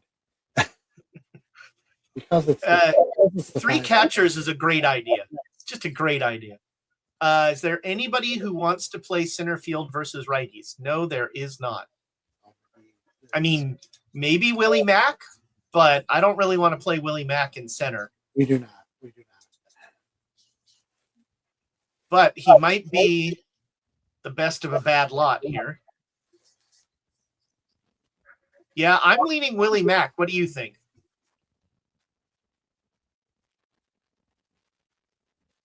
Yeah, I would probably lean that direction. I mean, unless I was just taking like one of the infielders with the anticipation of grabbing an outfielder. Like that's the one thing to consider is like whatever we pick here, we have to hope for the other in the silver. And it looks like there's two third base and a shortstop. We've still got 1 center fielder coming, 3 right fielders, so that's great. So it's going to be a lot of outfielders. Yeah. So maybe we take the infielder. We would take the infielder here, and it could be basically at this point it can be whatever. I think. Oof. Newman plays 3 positions poorly. Wrights plays 1 position okay. Rojas only plays 1. I'm going to take Newman just for flexibility. All right, here we go. The silver round. Oh, man. Yep. It's so tempting. No, that's the guy. All right, boom. Who's the center fielder? Johnny Lindell. Lindell's he can pitch a little bit too. Oh, he can pitch, huh? I mean, he's better defensively, but the bat is just nowhere near Webb. Yeah, no, the problem is Webb is only in right. So that means we're going I actually don't know who our center fielder is versus right. No, so Buckner's going to play first. Yeah. Robinson is going to play. Yeah, we're doing the Franken draft instead, franchise. We're going to end up with Robinson playing center every day, it looks like. All right, so let's first look at our pitching here, see if we like. I got to say, especially pitching-wise, I think that the PC does a pretty good job of just setting things up initially. It's usually pretty good. The only thing I might do is I might move Daryl May up. Yeah, I would probably put him 1. So 2 is fine too. I'm gonna make him my number 1. I don't want to make Satchel. You know, I don't want to engage in Satchel bias here, but I'm just always shaky on Satchel. I mean, the observed data says he. Yeah, the numbers are the numbers, man. That is 100% true. Yeah. All right, let's take a look at our lineups here. So they have Rackley playing center field versus righties. That is actually probably correct. I don't hate it. Like let's see. And then, oh, wait, they don't have Bob playing at all. Or Bill, sorry, they don't have Bill playing at all. I disagree. Yeah, no, 100%. I think Bill becomes our center fielder versus lefties. Yeah. But I like Rackley in center versus righties. Yeah, No, I mean it allows everybody to get in it where And they got Buckner at first. Okay. So is anybody not hitting that should be? Maybe Tommy versus righties. Who's playing third versus righties? Tony Fernandez, the Raging Bull. I would play Tommy. Yep.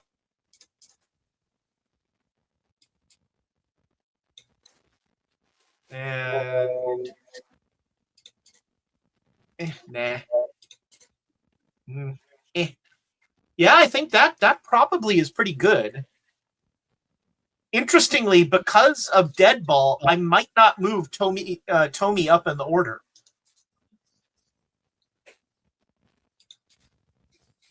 Well, maybe over Petey. Yeah, let's do this.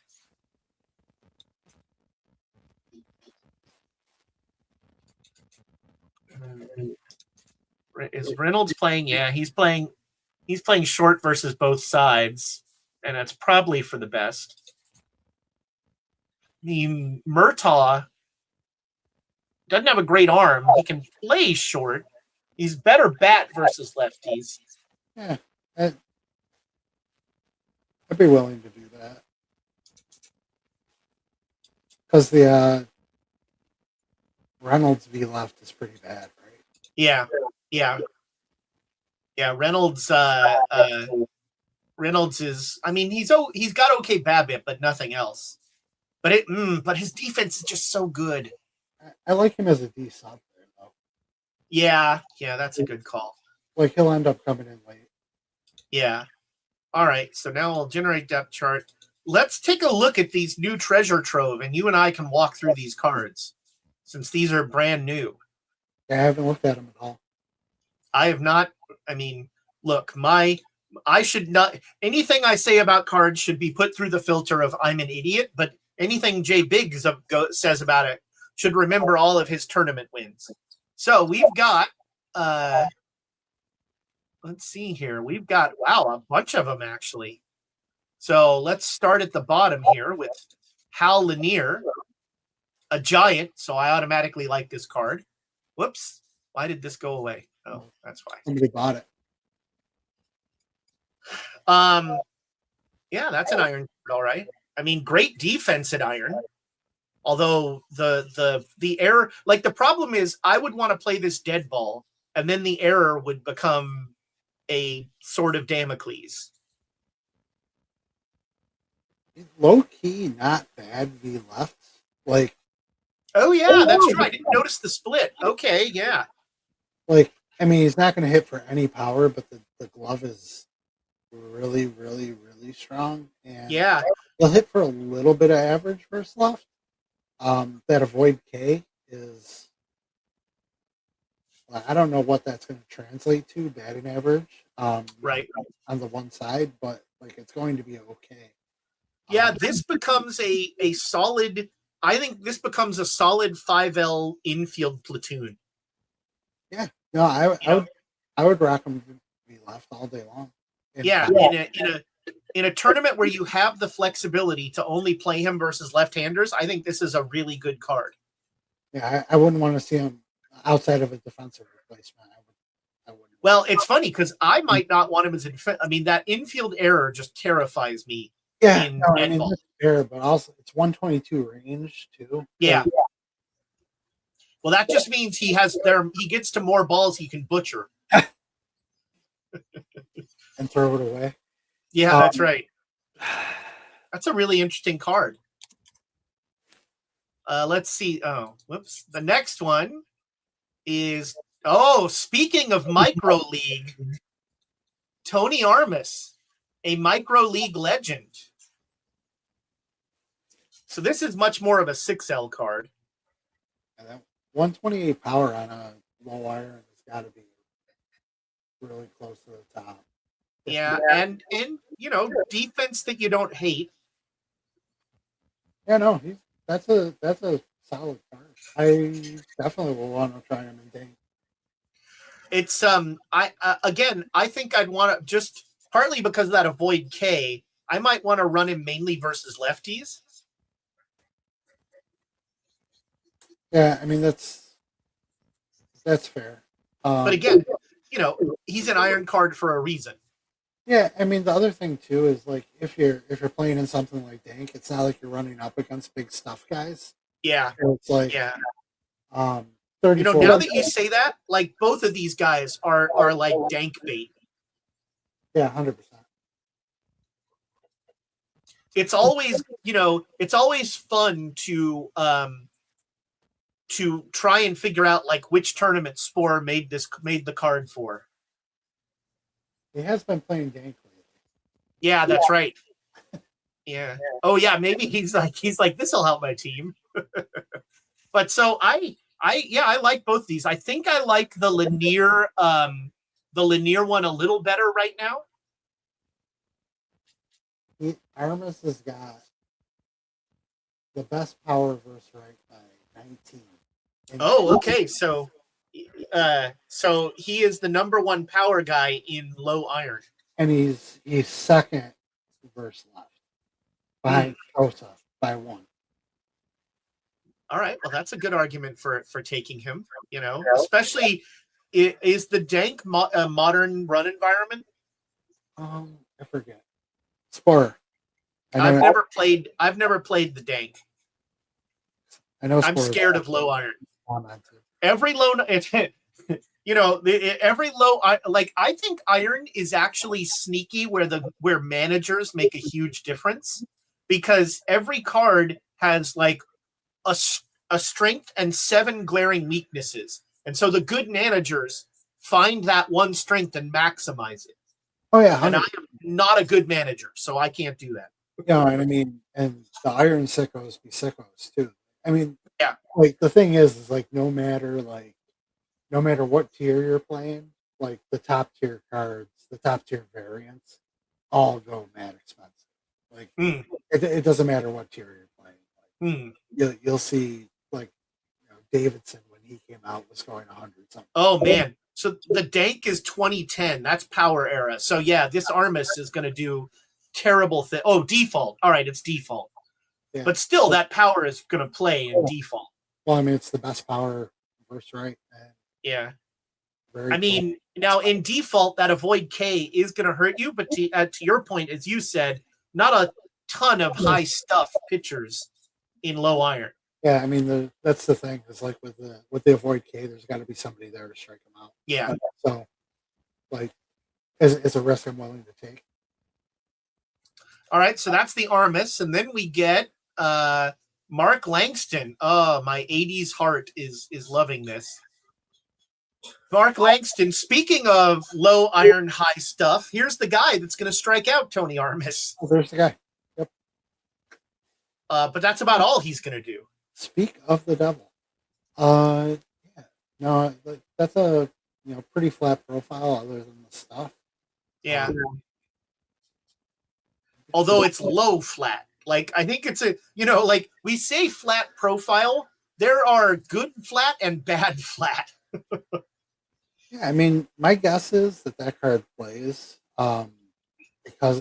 simply because of the stuff. Yeah. And also because again, we're talking about an environment where like cards are going to have deficiencies. Yeah. And a lot of the deficiencies are going to be avoid K. In which case, I find this to me is a closer. I can see that. This to me, or like a setup guy, so that you minimize the kind of because over 7 innings, some of these stats come back to bite you. But in a small sample size, the stuff hopefully gets leveraged. But also the thing that I like building, one of the things that like in our team chat yesterday, I was building Dank on my alt, and like I just popped in to be like, I'm pausing building this tournament roster just to say that the pitching in low iron is so bad. It is so bad. And I think like from a cap perspective, feeding into everything else, it's good that like low iron pitching be kind of bad because you don't want people to supplement their rosters with like 40 guys that are actually 65s or whatever. Yeah. But yeah, it's pretty weak. So this card compared to what is out there at a 48 is actually pretty solid. Have you ever tried to? So I don't know if you've ever actually played baseball. Have you ever tried to throw a baseball with a leg kick like that? I used to try to do it, and it just like messed up my throwing so much. I definitely I was not that flexible at that point in my life. Um, I tried to do all types of weird stuff. I mean, I grew up, I was a Cubs fan in 1989. I was trying to do Mitch Williams stuff. Oh no! Like it's a surprise like that. My arm is still attached. Not gonna Well, lie. as a Giants fan, I love Mitch Williams. Oh. Uh, I don't know if I've told you the story. I've told this story many times, but one year when I was coming back from college, this would have been 92 or 3, I took Greyhound back all the way across country, which was an adventure all its own. But in Chicago, I had like a 12-hour layover. And so I decided in late December to walk to Wrigley Field from Union Station. And I start walking, and I'm wearing like a Giants cap in every jacket I own because it's freezing. And a car pulls over, and this guy rolls down the window, and he goes, "What are you doing wearing a Giants cap in Chicago? I remember '89. I remember '80. Will Clark killed us." And the guy like starts talking baseball with me, like doing that drive along as you're walking thing. yeah. And then he's like, "What are you doing?" And I'm like, I was gonna go. I'm in town for a couple hours. I wanted to see Wrigley Field. He goes, "Oh, you want to see a real ballpark? Huh? Get in. I'll take you." And he drives me to Wrigley Field, telling me like baseball stories the whole way. And then he's like, my cousin knows a guy who's a groundskeeper. Let's see if we can get in. And he like spends a good 20 minutes trying to convince the security guard in Wrigley Field in January that he just wants to just let this guy in for a few minutes. Let him see the field. Come on. And the security guard rightly has none of it and is just like, "Please leave. Just go." And so then he buys me a hot dog and drives me back to the bus station. This guy, I love Chicago. That guy was awesome. I don't know his name. I don't even know if I learned his name in the first place. I like the fact that he remembered that Will Clark destroyed us in 1980. Yeah. That series. Baseball, and to my mind, is so Calvinist. You remember all the bad things that have happened to you, not the good things. I'll always remember Chris Bryant throwing it over to Anthony Rizzo on a beautiful night in Cleveland. Never forget that. Well, it's true, and I'll never.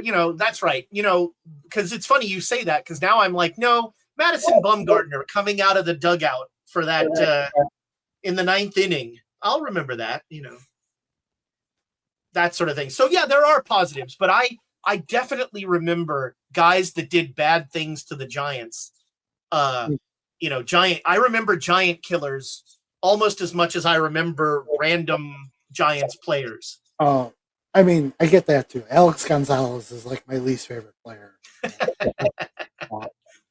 So this Langston, I think, is interesting. And again, another dank, dank habituate. I think it's really good, actually. That stuff it's got a shot at being dominant there. That would be interesting to run, and it's kind of cool how you could run it at various different positions. So now we get high iron, and we get and now we get a Cal Ripken, and oh my, this is an interesting card. I really like the stuff. I have a feeling you like this card based on our discussion.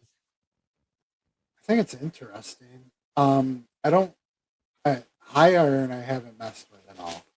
So like I would definitely have to like defer to somebody that has actually been playing there. But like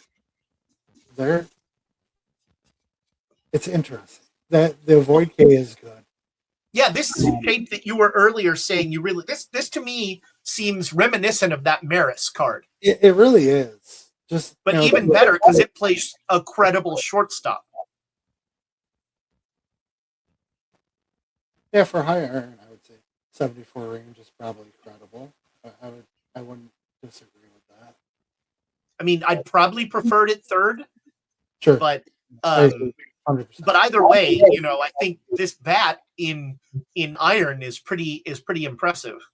Yeah, no, I mean, without having a real frame of reference of the other cards that are in high iron at the moment, but it got sent out, so I'm gonna assume that this is probably like meta relevant. Would be my guess. So then we get Bob Romby, fabulous name, an NEL player from the Elite Giants. No, that was the New York Elites. The Baltimore Elite they said it properly. This is a tasty card. This is a 5L. This is a 5L all dayer. Yeah, this card's good. This is now like very high on my list of I want this for the 5L cards in the high iron round. It's like yeah, no, this is really good actually. And I mean, this actually, I mean, and the shape of this card, I think, could play at almost any level, honestly. I mean, or sorry, any era, I should say. Yeah, no, because there's some HRA, the stuff is solid, the PBAP is good. Yeah, you just got to be willing to take on a little bit of that control issue. But the 53 control isn't like wretched. I got to admit, control is my dump stat this season in 27. I really lean on it. I mean, not always, and like you've seen a couple of times, like I'm not like purely consistent. Like I don't only play one shape, right? But like all things being equal, I want there to be control present. I mean, I think just because every so often, like you look at a box score and you lost the game, and you see you walked 3 guys in the 9th or something. Yeah, I have seen that. Like I don't want that to happen. I don't want like many NEL cards, a sneaky little bat. Yeah, no, I mean this is definitely a card I want to see come up in the 5L, 100%. Yeah, 100%. Yeah. I'm gonna remember the name Bob Romby. I feel like Romby was just vacuuming my living room. Yeah, Sport just said best starter in iron, perhaps, and I lean towards probably. And now we get another guy that we've discussed today. There's that Buckner we just saw, and this is like this. This is the first baseman that I want to have in the 5L. Yeah, he really slaps. I mean, I love gap power and speed. You love a Void K. There's just something for everybody here. Well, yeah, and especially since now we're seeing in the 5, you're actually seeing strikeouts. Yeah. So I mean, it's like this level of a Void K is going to put a kibosh on that, and he's got enough BABIP that he's going to hit for average, and the gap power is relevant. Yeah, so and I mean, this guy's going to hit triples because once he hits the extra base hit, the gap power, that 81 speed kicks in that weird triple modifier in the game, and all of a sudden he's on third. I was not expecting to see the speed on this card because it's like I think we all remember like old Bill Buckner that like move, and it's like it's sometimes we got to remember that the younger versions of them like could actually move a little bit. All right, we're done saying nice things about a Dodger.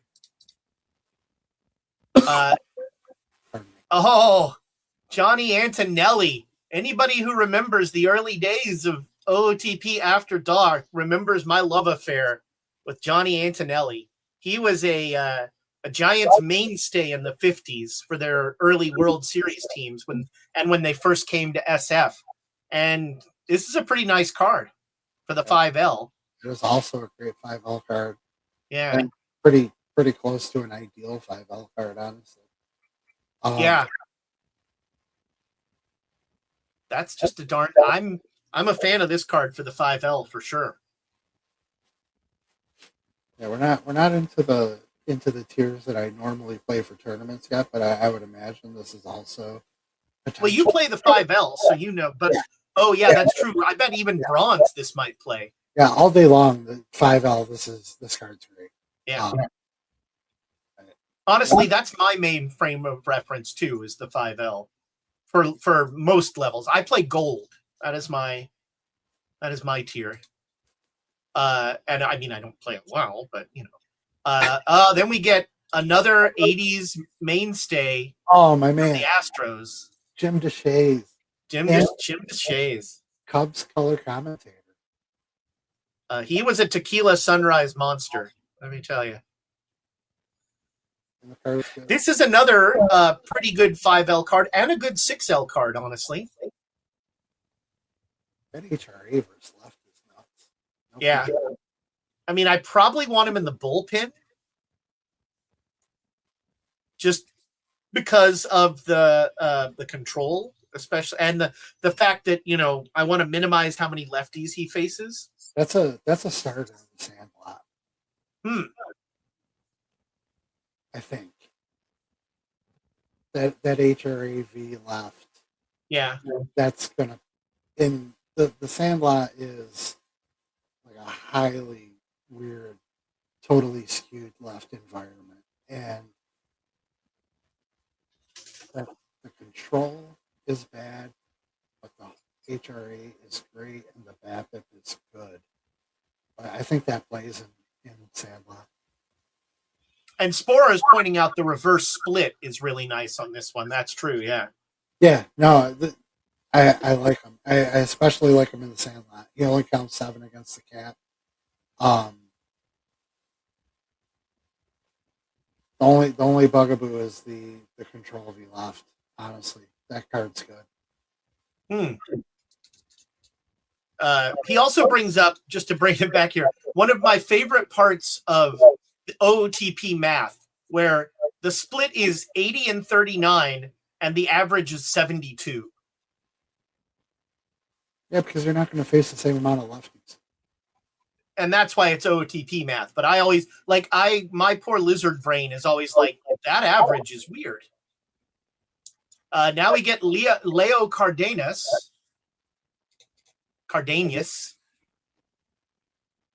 Ooh. That BABIP jumps out. And look at the defense. Again, this card. I like this card a lot. Yeah, no, this is like launch gold. It might be better than launch gold shortstops, honestly. That card. There's no real deficiency.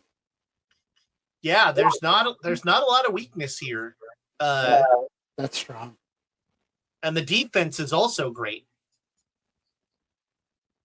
Like, the defense is just all the way across the board great. Even the low arm is you're fine with it because the turn double play is so good, and the error is the big thing, especially in the 5L.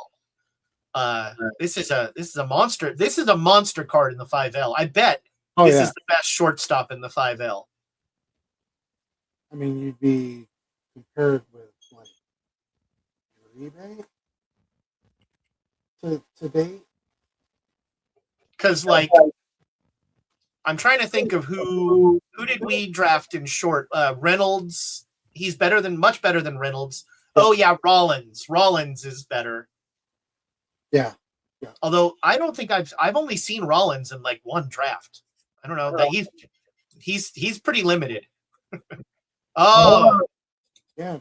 The only person that makes me think that Joe Morgan might not be the worst broadcaster in baseball history, Tim McCarver. But, you know, that's a pretty good 5L catcher. That's a gold bat, V, right? Yeah. Silver at least. Yeah. Wow. That is a good catcher. I mean, it's he's strictly one way. Yeah. I mean, actually, you could. In a modern environment, I might even play him two-way. Maybe, because they avoid K's good enough, and there is power there. Yeah, no, that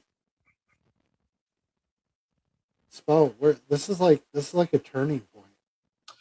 I said it the last time. I think was it last week that we had cards released.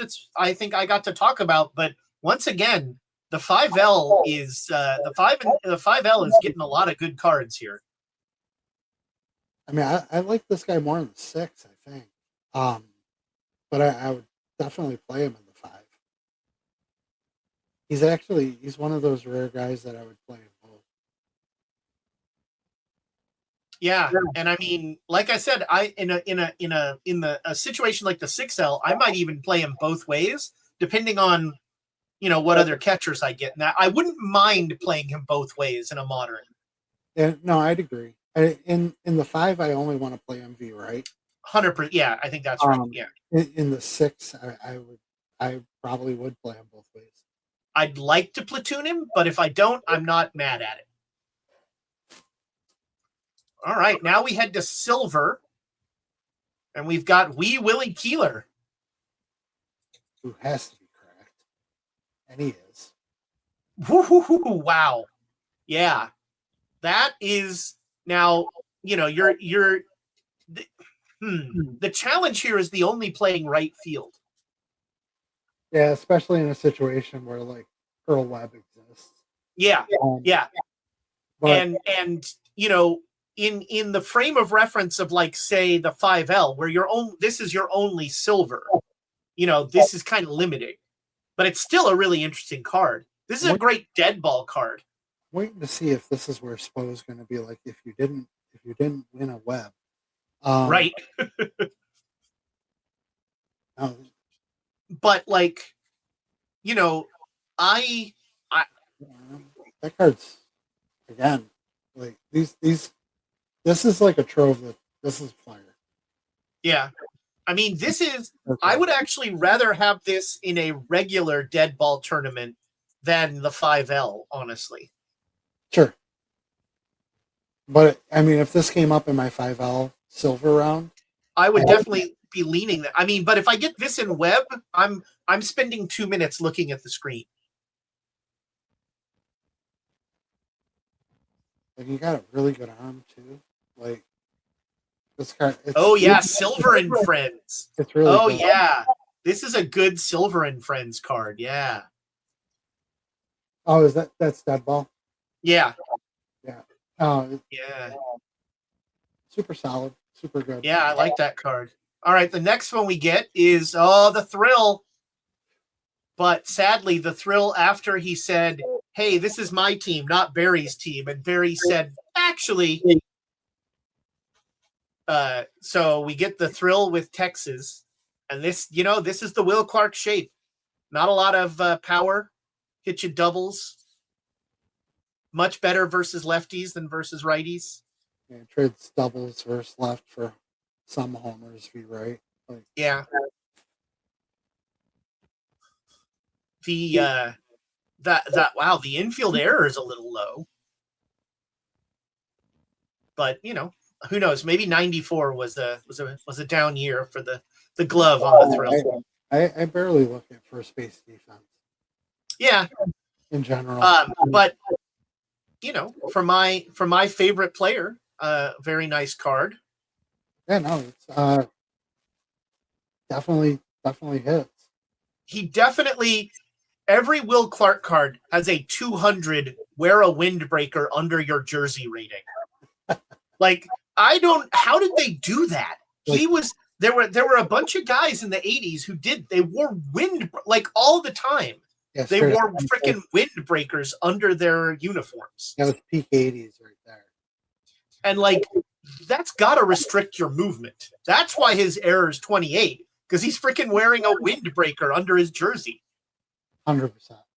I mean, at Candlestick, maybe. But you're in Texas, buddy. Although in this picture, he's actually probably in Baltimore. Does look like Baltimore, which is a beautiful park too. Yeah, that's another one I'd love to go to. But there we go. The Thrill has a nice card here. And then we get, a guy who, so two people who have figured prominently in After Dark the last couple days, Will the Thrill, and now Templeton the Rat, Gary Templeton.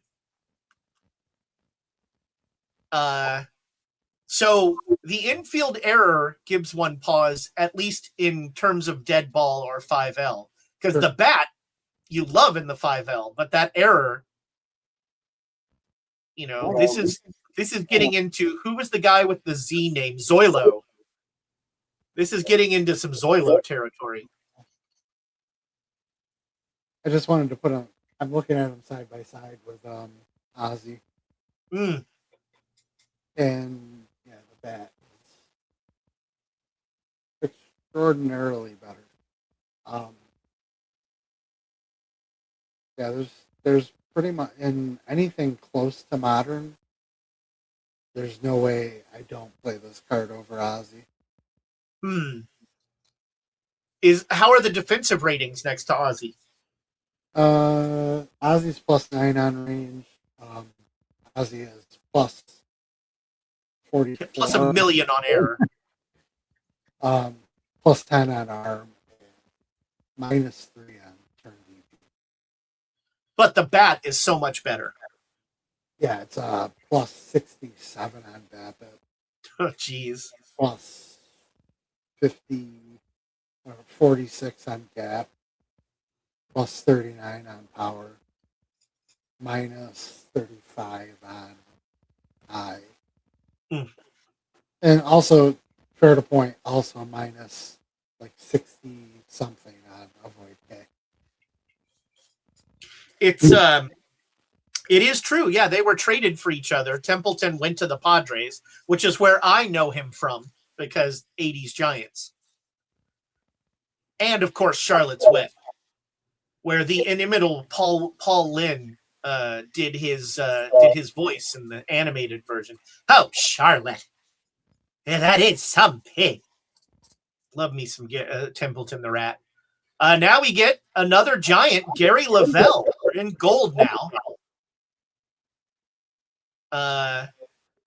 So this is a shape you were kind of talking about, where PBABIP was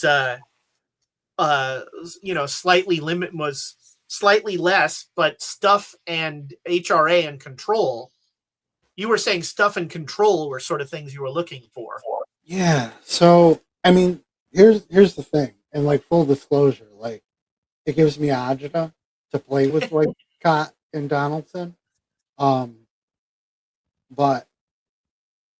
like the guys that I trust, like Max and W, kept telling me like, Cott, Donaldson, they're both money, and I run them and they do well. So right. The numbers are the numbers. Yeah. So this is where just trying to get out of that dead ball mentality of BABIP. Yeah.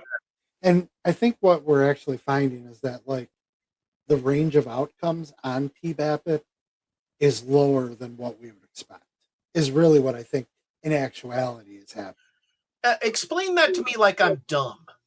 So like we would, if we see a 70 PBABIP versus, I don't know, like Old House Radlin with his 150 whatever or whatever, you might expect like Old Hoss to have like a 200 PBABIP, and for this guy to have like 375, right? Where in actuality, the difference is probably closer to the difference being like 250 and 310.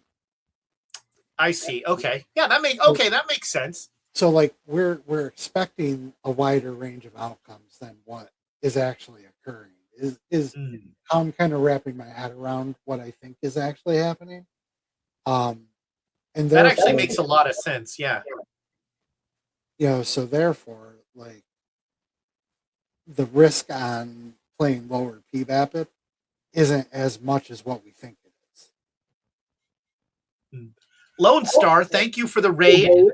Welcome, and I hope that you didn't have to you weren't streaming 12 hours today. If you're not following Lone Star, friends, the hardest working of person out there in streaming OOTP, he's doing it every single day. Super impressive. Give Lone Star a follow. Give Jay Biggs a follow too. I've already forgotten the stupid 78. Haha. At Jay Biggs 78. There we go. Make sure you're giving Jay Biggs a follow. You can tell, the other interesting thing about this card is it's a closer with a 46 stamina. This was, so the 70s were not a great time for the Giants, and Lavelle was like their best player. And so he was a closer that they would routinely throw in like the 7th or 8th inning because their bullpen was that bad and he was that good. I mean, that also just happened a lot back then. It did happen a fair amount. I mean, you had what's his name, the Yankees lefty, Righetti, and that sort of thing, multi-inning saves. But and it's funny because in the modern day, they'd be like, "Oh, you're a starter now," we're going to make you a starter. But back then, they were like, "Nope, we're just going to throw you longer on the back end." I mean, they treated everything. One of the and not to bring up a Dodger, but like Mike Marshall's 1974 is. Oh yeah, that's a great call, Marshall. Yeah, but didn't he spot start? I don't think he started in 74. Yeah. But he ended up he pitched 116 games, and he went like 216, 220 innings. Yeah, he was an innings eater as a reliever. Just nuts, like absolutely insane. And I remember definitely I'd have to like pull up game logs or whatever. But like Rolly Fingers would, like something would go sideways with the A starter, and they'd bring in Fingers and like he'd be in the 4th or 5th or something. Yeah. So I mean, it was just a completely different way of looking at it. I honestly, in real baseball now, I'd love to be able to see like a transition to that. I would love to see because we're already at a point where the traditional starter is completely dead. Yeah, because most of them go 6, or and then that. So I mean, I shouldn't say completely dead because we do still see like a complete game. Right, but that is the exception where you're like, whoa.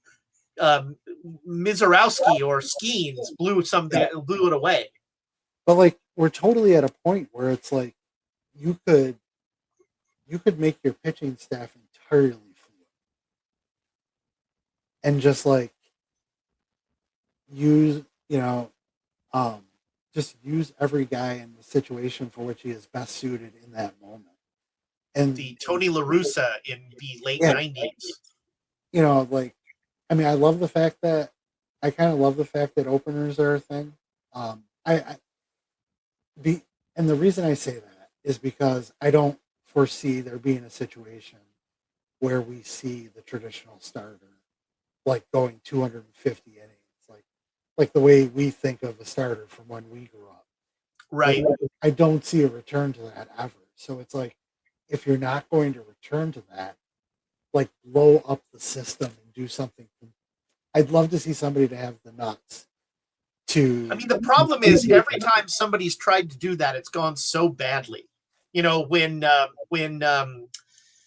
what's his name with Tampa Bay tried it, Piniella, or when Tony La Russa tried it. Oh yeah, well, I mean, because there's a lot of reasons, like from like a players' union standpoint. Like, yeah, they hate it because you're getting rid of starters' jobs. Right, and they want starter money. Yeah. And also closers want closer money. Yeah. So, I mean, like, if you end up going to something where everybody's like... You're all middle relievers. Right. They're like, nobody's getting paid. Yeah, you'd have to do it on like a super young team or something. Yeah, I don't know. I think like the like the experimentalist in me would love to see just how it would play out in reality. But I don't. We're never gonna actually see it. It does surprise me how, and I mean, I guess, business, big money, all that, but how reticent teams are to truly experiment, to do something wild. I mean, I think that that's a thing that's been in baseball for forever, and it's because nobody wants to look dumb. Right. Because, I No, mean, even like basketball, you have, football, you had like the run and shoot and things like that people would try, or, other gimmicky stuff. Basketball, the, the Pistons one year were just like, we're going to score 200 and you're going to score 190 and we're going to win. And it didn't go well, but they tried, they did a whole season. Baseball, it's like, we're going to do something weird for like 4 weeks. And then when it doesn't work, we're going to get rid of it because we're getting knocked in the press. yeah, no, I mean, and that's really like I think that's the end all of it. Is that I mean, even like there's the whole thing with Moneyball, whatever. Like they made a big deal of it, like we're doing something different. Which I'm not saying they said that, but obviously Michael Lewis wrote the book. And, and it's like people like Moneyball has become like such for so many fans is like such a negative like term. Right. You know what I mean? Well, it's the same people that hate war. Right. So I mean, but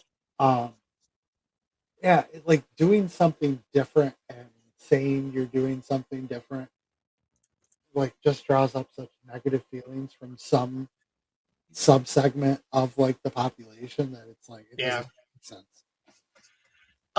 Speaking of a tournament that you and I talked about, I think this is an early gold pitcher. Yeah. This guy's great for the early gold. Yeah, absolutely. 100% agree. Definitely early gold. I would be. I might even try him in low gold. I'd be willing to try him in low gold retro. The HRA versus left. Well, actually, the HRA both ways kind of scares me there. Yeah, but the PBABIP is so good that you're hoping and the stuff is so good, you're hoping it's just a solo shot. Yeah, and that's probably fair. He'd be worth a run. Definitely. Yeah, Max is saying he might play in retro with the stuff. Yeah, 100% though. That card looks nuts. Yeah, but for the early gold, I think for the gold dead ball, I think it's great. Yeah, that's safe. That's absolutely safe. All right, so that's Soto, and now we've got the quiz. Dan Quisenberry. That's a pretty good card.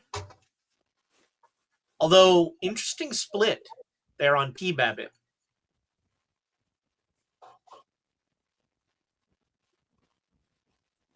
Huh. It doesn't really scare me so much. I mean, the stuff scares me more than the PBABIP left. Yeah, like I'm trying to think of what the niche for this card is tournament-wise.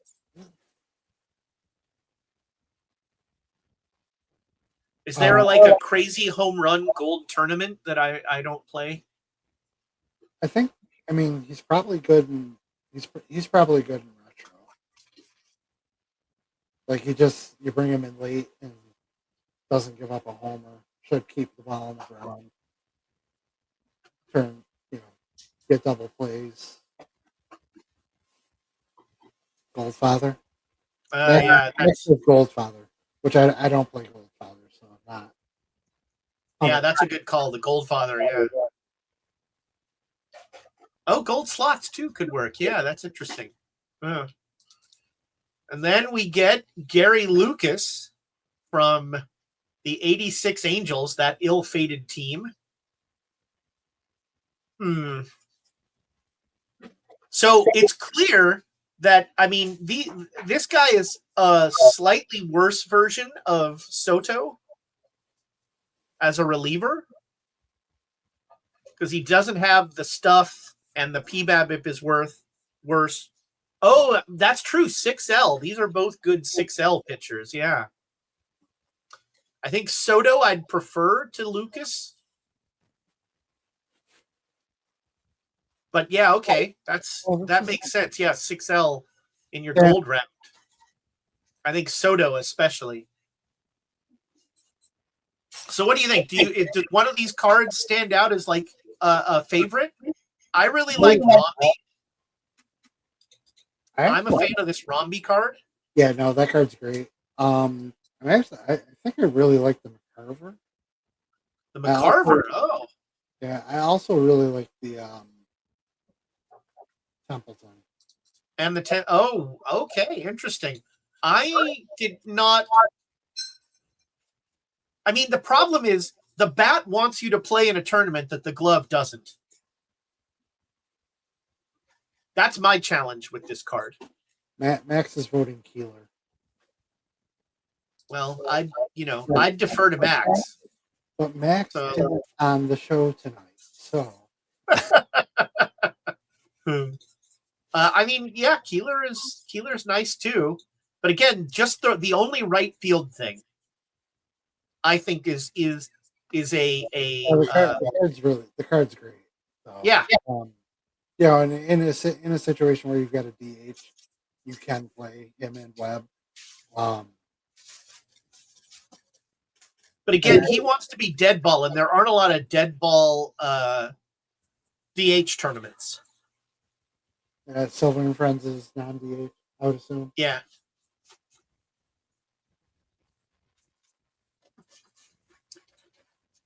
Well, I mean, but Webb, the Webb card I would play in a DH tournament. I wouldn't play a Keeler in a DH tournament. But you're right. I mean, it's as knocks go, if that's the biggest problem you have, this is gonna this card will live a long and happy life. I mean, it's not besides the fact that like Ichiro brings the center field defense, like this card is reminiscent of the Ichiro LE, honestly, to me. And that's at an 88. Obviously, not obviously, but the BABIP on Ichiro is higher, and to offset the cost of it being an 88. But like, I wouldn't, as like a leadoff hitter, I wouldn't mind running this guy in a more modern environment. Like the thing that would prevent me from doing that is the eye. Yeah. But I mean, I think to me, this is a number 2 hitter. Yeah. Well, no, I mean, I don't argue with that either. But I mean, I think this has like a wider range of use than what it immediately looks like. Yeah, I guess I need to broaden my sense in terms of defensive thinking, narrowly constrained by the defensive position. So there you go. That's a fun treasure trove. The Lanier and Armas and the Langston, like the low iron, the Dank had a good night. Yeah, I mean, honestly, like, I feel when I said, like, I feel like this is kind of like a turning point. Like, I feel like these are cards that are ratcheting up those particular tiers. Mm-hmm. The gold stuff was a little more niche, but like everything up from, especially from Armas up to Templeton, pretty much looks like it's the Cardinus is great too. Like, the Cardinus, yeah, you're right. There's a lot of like new meta cards in here. Yeah, no, 100%. I mean, that's what Trove is supposed to be. Yeah, so, I think Sport hit the nail on the head here. Nice. Well, look, it is after midnight for you, and even though you're on vacation, you've been so generous with your time. Thank you so much for hanging out with us. This was awesome. Give folks an elevator pitch for your stream and tell them like when you're streaming, that sort of thing. Yeah, so I stream typically Tuesday and Thursdays. I do tournament rebuilds. I do a lot of drafting. Um, I'm still trying to kind of figure out like the exact nature of what my streams are going to be, but they are going to remain perfect team focused. And I really want to get deeper into draft and showing people what I do because I, I've I've had a lot of success in the draft realm, and I feel like I just need to figure out how to bottle it up to Well, show. look, I'll tell you right now that listening to you talk through picks just as you're doing a draft, like that could be that I'd watch that stream for like 3 or 4 drafts. I thought that was as you were doing it during the Franken draft, I thought that was super interesting. Cool. Yeah, I mean, and I do a decent amount of that. So Because I mean, the challenge of like the challenge of the draft is not find the best card. It's these are the cards you have to choose from.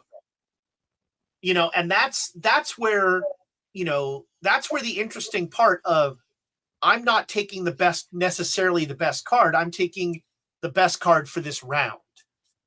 yeah, I mean, the best card for where I'm headed, Yeah. and the best card for where I want to be at the end of this. Um, and sometimes that means leaving a position open. Yeah. Because you're anticipating something later. Yeah, and I think living in that ambiguity as you were kind of talking through the choices in the Franken draft, I was really enjoying when you were like saying, "Oh, but we've got 2 of these, and so we need to think about this." It's neat to see your thought process during the draft. One of the things that Dish did once that I think would be kind of fun is he he screenshotted every round of his showdown draft, and then he sent it to a bunch of people, and he said, "Who would you pick in each round?" And it was really fun to see the varied answers. I remember seeing him do that. Yeah. Yeah. And I think, that's kind of a cool. I've been trying to figure out how to make that work in a way that doesn't mean I'm screenshotting 30, rounds of cards. I think like so. I mean, the thing I was initially like I was because there is so much community sentiment around drafting being random. Um, I was remiss to like kind of step into being a draft expert kind of thing because it's like, oh, he's an expert in the randomness. But like I think on the year, I think I am fourth in overall qualifying points and fifth in overall qualifying points in draft, like Jeez. based on CWIT's numbers. So it's like I'm fourth on my main and fifth on the alt. Um, like I have something to bring in that space, Yeah. and I can kind of kill like some of that narrative. I can try to kill some of that narrative, and try to help people get better at it. I'm just trying to bottle the sauce. And it's not a narrative that necessarily needs to be killed. I look at drafts kind of like I look at packs only or something like that. The constraints create great art. Being forced to work within the constraints of what you're getting and knowing enough. Like I mean, Max and you both have demonstrated to me that you have like pretty broad and wide knowledge of the card base. And that's impressive because I still have to look at every card, but y'all are like, oh, you should think about this guy. You should think about that guy. And yeah, to Franchise's point, how you deal with the RNG, how you mitigate that is a skill. And I think that's a skill that you want to talk about bottling something, you know, that's I think something you could really lean into and address. Yeah, no, I mean I completely agree, and that's a lot of what I am trying to like tackle in my streaming. Um, so Nice.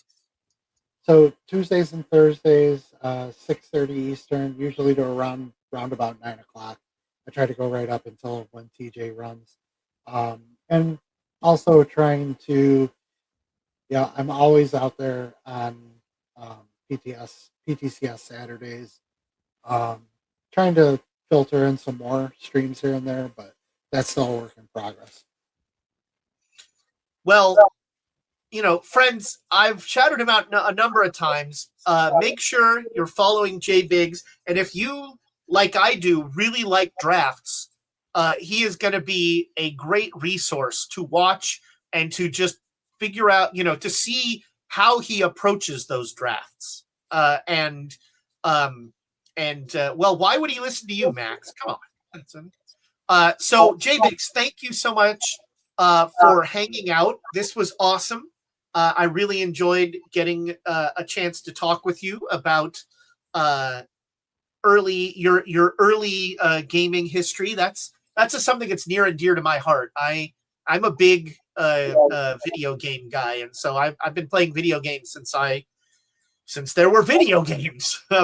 But so I love seeing games that people enjoyed, like old games. Like, what are your like 3 desert island games? What 3 games could you just play forever? You don't get any updates. You don't get new versions. So we're talking just straight video games or board games? Yeah, just straight video games. I mean, I could do a second list of board games. Yeah, me too. Baseball Stars. Oh, nice.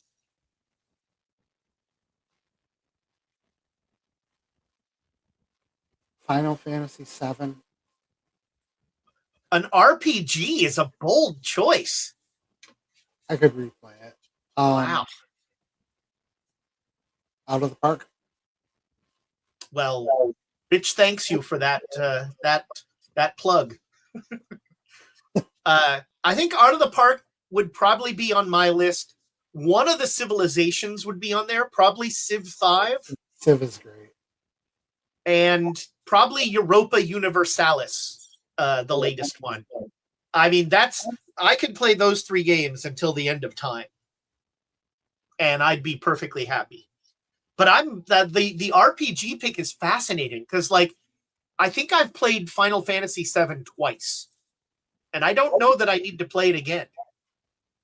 I think I mentioned it because I've played it multiple times, but never, my ADHD brain never let me actually totally finish it.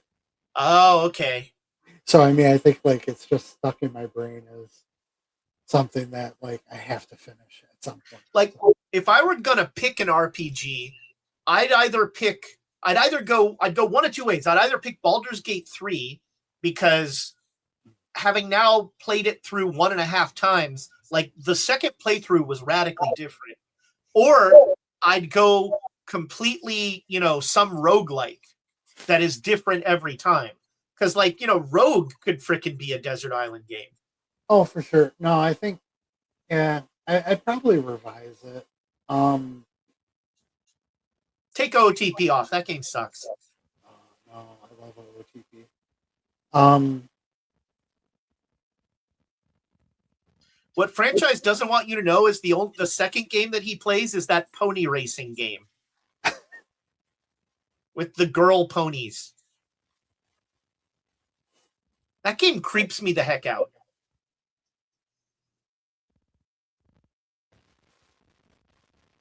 It's so, you know what? It's so repetitive, but I don't think I'll ever be bored. I would want like the original, like, actual arcade cabinet NBA Jam Tournament edition. That's a great pick. Oh man, the arcade cabinet NBA Jam is a classic. Yeah, I've got the arcade 1-up like version, but and I don't know if it is actually like complete arcade replication. It doesn't feel like it is. It says it's supposed to be, but it could be like my like memory from being in the arcade playing it, right? Like making me think it looked more realistic than he's on fire. But yeah, no. Yeah, so Baseball Stars NBA Jam Tournament Edition, but it's got to be the arcade cabinet. and out of the park. That yeah, I the think I'd be NBA Jam is a great pick because I mean, you've got 30 teams to pick from. You've got like all the players. Yeah, that's a good one. You're going to get a repetitive motion injury, but oh for sure. you'll be Like, the first person with carpal tunnel on a desert island. yeah, I mean, if I'm stranded in a desert island, who cares about the carpal tunnel? All right. Well, thank you so much, Jay Biggs, for hanging out. This was awesome. I hope you'll come back at some point when you have another vacation, and Oh, we can talk more tournament stuff and see how things sort of where you see that the environment has changed.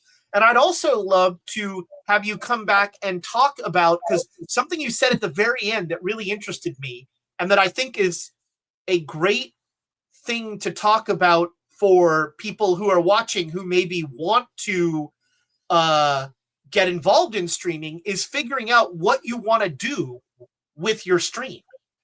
Finding kind of, if I may use a terrible acting term, finding your voice.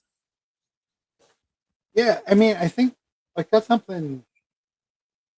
So I mean, I being newer to the community and being newer to streaming and being newer to out of the park, like I definitely lean on my teammates and the people that have like supported me from my time getting into the game. So I mean, we're talking Max, Spar, AW, B-Phil with the Sanford River Walks. Um, I lean on my Golden Heart teammates like heavily. Wait, hold on. You said AW. Oh yeah, let me. You gotta. Now we're good. Now we're good. You gotta be off kilter to talk AW. Yeah. Um, God, I can't do that. That's terrible. I lean on those guys heavily, like in terms of everything from how I'm approaching the game to how I'm approaching my streaming because it's like I really landed in the perfect family for me, given what I'm doing and trying to do in the community. Um, because I've got a bunch of experienced streamers, I've got a bunch of people that are experienced in tournament play, and I I don't know 100. I mean, like I'd probably be performing like I do, but I don't know if my voice in the community would be as becoming as prevalent if it wasn't for the influence of those guys. So I definitely lean on them in trying to figure out who I am in all of this.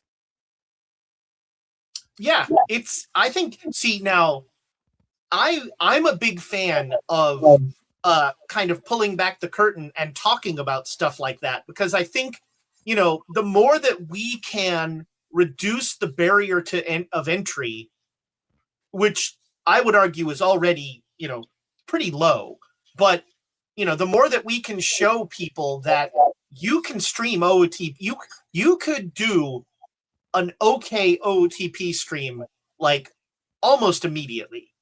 But the technical stuff is really the least of the problem. It's figuring out your niche that needs to be something that you're interested in enough that you'll keep doing it and not just do it 3 times and be sick of it. And it has to be something that people want to watch.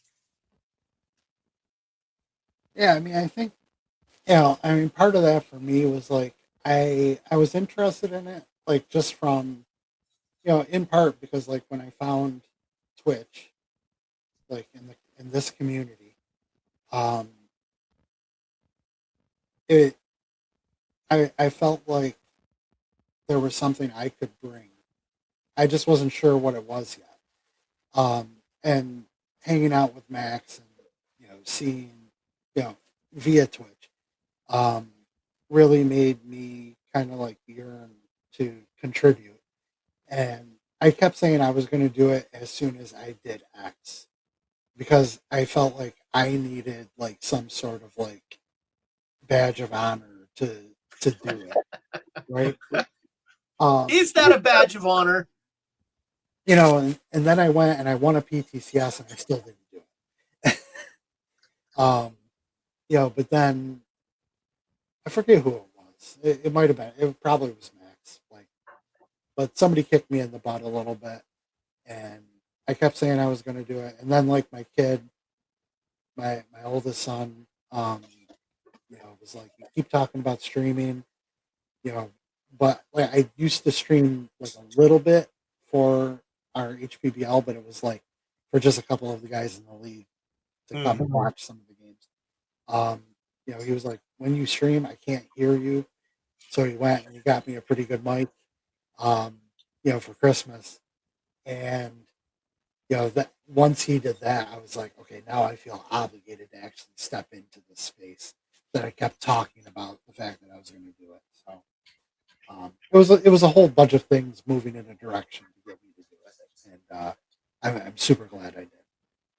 If I can give you an aesthetic suggestion, find a room that has a giant cat box in it. That's what you want to do to stream there. My cat box is right on the other side of this wall. That's that's cat content, literally and metaphorically. Well, okay, we've said goodbye 8 times. This is turning into a call with my high school girlfriend.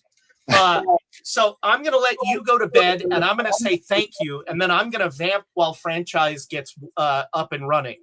All right, Ezra. Thank you so much for having me, man. I really thank you, man. This was awesome. We will have you back, and that's where all of our internet goes. It's franchise. Damn it. And we will have you back another time. Thanks so much for being on After Talk. All right, thank you. That was awesome. I didn't really know Jay Biggs. I'd watched one of his streams only. He streams right when I'm eating dinner. But awesome to get to know him. And honestly, I want that last 15 minutes. I want to turn that into a much longer stream. Yeah, I can do a Bagels draft franchise. Don't worry. But that discussion about finding your voice, now I want to have that. That's going to become a regular question on this show, because I think how, some people just sort of naturally fell into their niche automatically. I'll be honest, I'm just playing the game the way that I have played OOTP forever, which is historical replay seasons, et cetera, but and I'm just a loud idiot, so I didn't have a problem, and I have no shame, so I didn't have a problem being on camera and being a loud idiot, which honestly is, I think, a challenge for a lot of streamers. Is, you don't think about it, but streaming is basically talking to yourself for 2 or 3 hours. It's kind of like being a talk radio host. And so that's why you as a viewer, the number one thing you can do for a streamer, it's not subscribe. It's not give us bits. It's be active in chat, because that means we have something to bounce off of. We have something to talk about.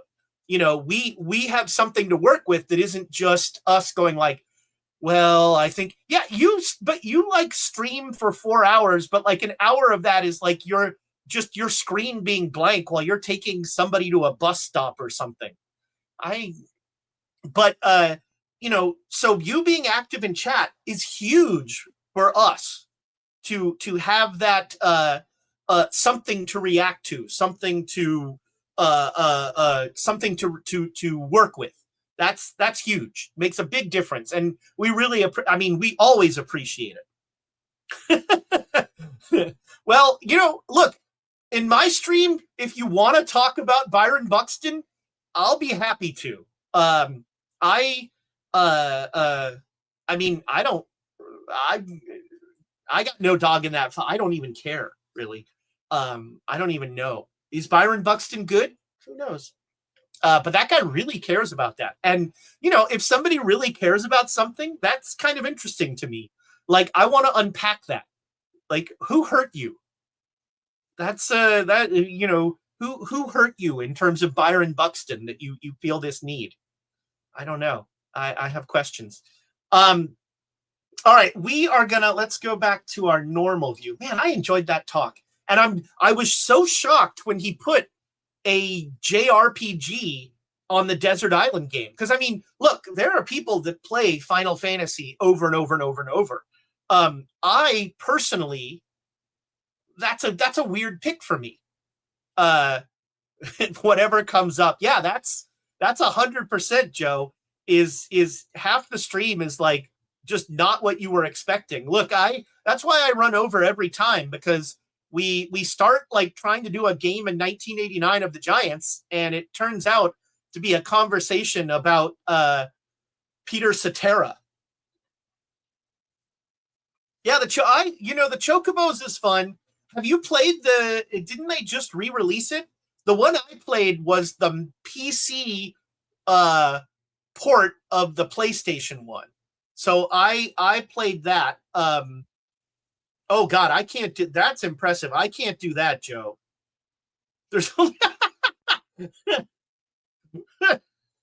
well, all right, that's fair. I'm the only one bringing up Peter Cetera. That's tough but fair. But more people should bring up Peter Cetera. That's the point then.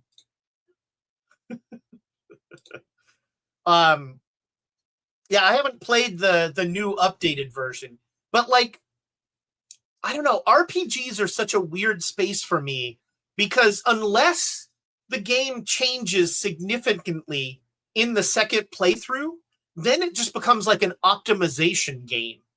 And that's why, maybe Baldur's Gate 3 could get there, because it is so different, like, depending on the class you take and the party members and how you configure them, maybe. But I mean, I'm about to finish my second playthrough. Well, I may finish my second playthrough. We'll see. And I don't know, like, I don't know if I could. A third one would be tough, man. A third one would be tough. But then, games like Civ or OOTP, I think the trick for me with a Desert Island game is I need to be able to not get bored with it. I need to have, it needs to have something that's going to be different. So like Civ, it's playing, it's a new map, it's new Civs, it's all that stuff. One of the things that I actually like Civ 7. Look, I said it. There it is. It's out there. I like Civ 7. And one of the things I like in Civ 7 is that you have to unlock new civilizations by doing things in the game. I think that's a neat little change, and it makes me want to like do things that I wouldn't normally do in Civ. And that's fun. And I love EU5. I could play it. I mean, look, I could probably just take EU5 and Crusader Kings 3, and I want to go on a desert island. I want to just be able to play those games all the time. And you know what? Throw OOTP in there, and boom, I would never leave the desert island. Like the rescue boat would show up, and I'd be like, I'm good. That's fine. Could you drop off some food? I'll be here. Do you have any Mountain Dew? I need some Mountain Dew and flaming hot Cheetos, because I'm a gamer in 1996. All right, let's do our bagels draft. But yeah, now I'm thinking about that finding your voice conversation. I just think that's so. Honestly, too, I think doing the RPG stuff with Quests and Chaos before I started streaming OTP, I think that was really useful for me, because it got me used to talking to a camera, and it oh man, Surge. I hadn't thought about Surge. And what was the other one? Jolt. But it got me used to talking to a camera, and it also got me used to the weird combination of like game show host and gamer and talk show host that you have to be to kind of, to do this. And it got me used to dealing with raids and bits and blah blah blah. So that was super helpful for me to kind of start to train those muscles. and to get used to like not always saying the same thing, like having different things to say when you got rated more than once. That's great. Instead of just being for everyone that comes in like, thanks for the raid, having little things and having connectors to talk to people, that sort of thing. That was super useful. Man, now I'm thinking about Surge. I didn't have a lot of Surge, partly because I was just a Coke guy. What am I doing? The bagels and schmear. That's right. I'm doing my bagels draft. I mean, we got to take Willie Mays, right? Sarge. I don't mind this Cochran, but we're taking Willie Mays, who, by the way, kind of gained some weight there. I'm a little concerned about Willie. He let's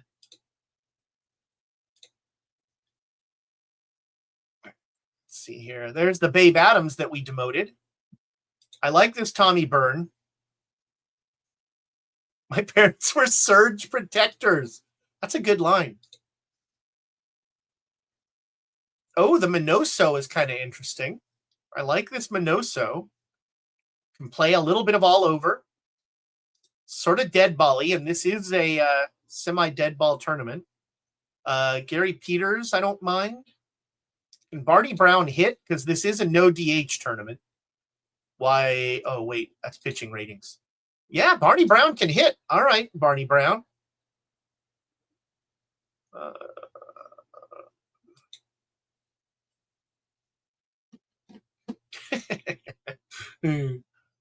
You've offended Spore's sensibilities with that joke. I'm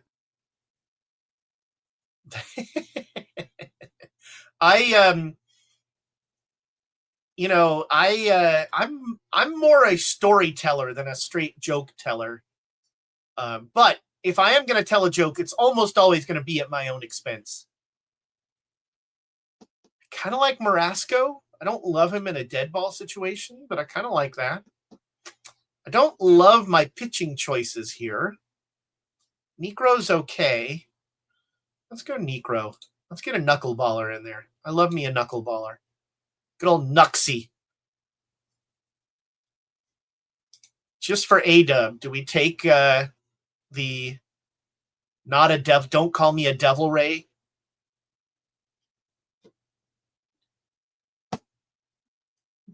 Does Carl Crawford believe in manta rays? They're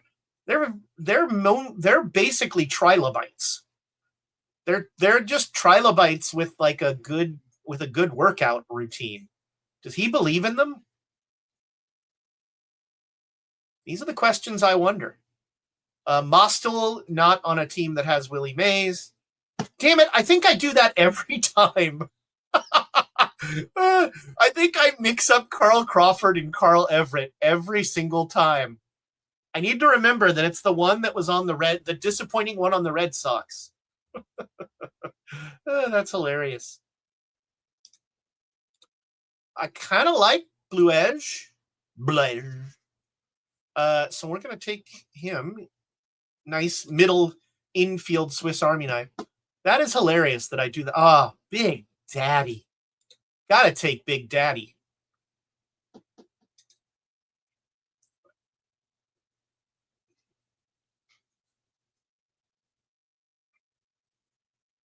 He disappointed so many people. Bichette might be an okay pick here. Yeah, let's take Bichette. And then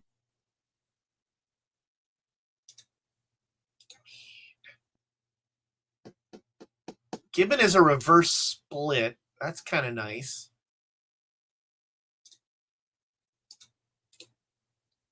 Duffy, Big Daddy, I'm just not that excited about. Come on. We got to take Big Daddy. What am I saying? You got to be true to yourself. Just so I can say Big Daddy. It's, we have a brand here. on After Talk. Don't mind this heft card.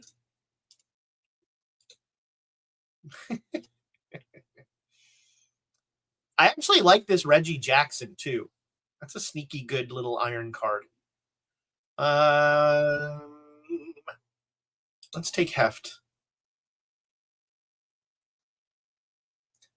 Charlie Mason has a 900 strikeout versus anybody named Hamilton Berger. Like 3 old people loved that joke. And by old, I mean really old.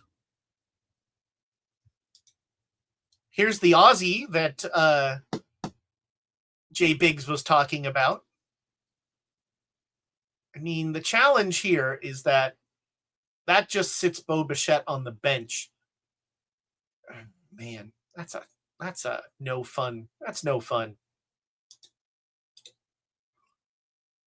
Greg W. Harris is okay.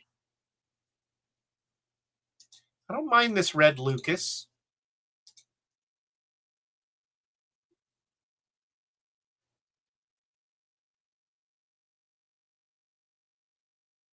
Good old, Reggie Cleveland was discussed.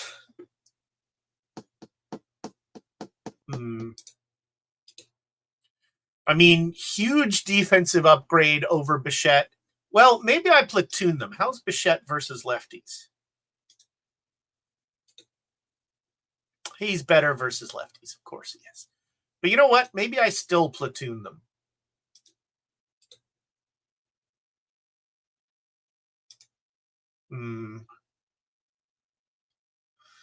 Oh, wait. I only have 10 minutes in this draft. I just remembered.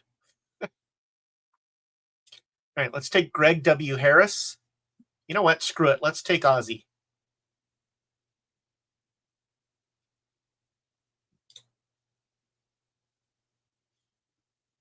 Don't mind this Beniquez.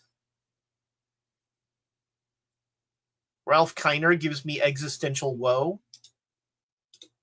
Flournoy, not a bad pitcher. For this draft, we probably want 10 pitchers. Let's take Beniquez. I do like this Cabrera, but with having both Bichette and Ozzy, less useful. God, can't believe I always mix up Carl Crawford and Carl Everett. Well, at least I'm consistent.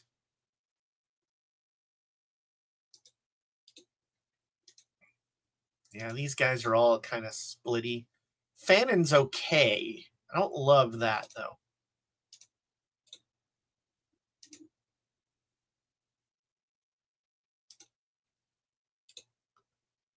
Let's go Roberto H. Hernandez. The H stands for helpful. And then how many more catchers? I still have 4 catchers. I mean, Steinbach is okay if you can platoon him versus left, maybe.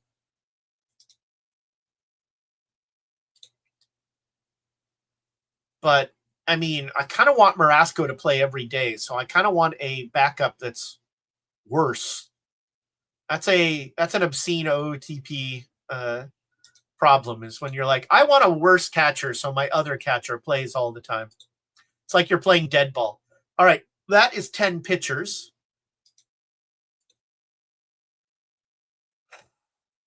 Did we take Larry Gardner? So that means Bluege plays second. Yeah, we can take Larry Gardner.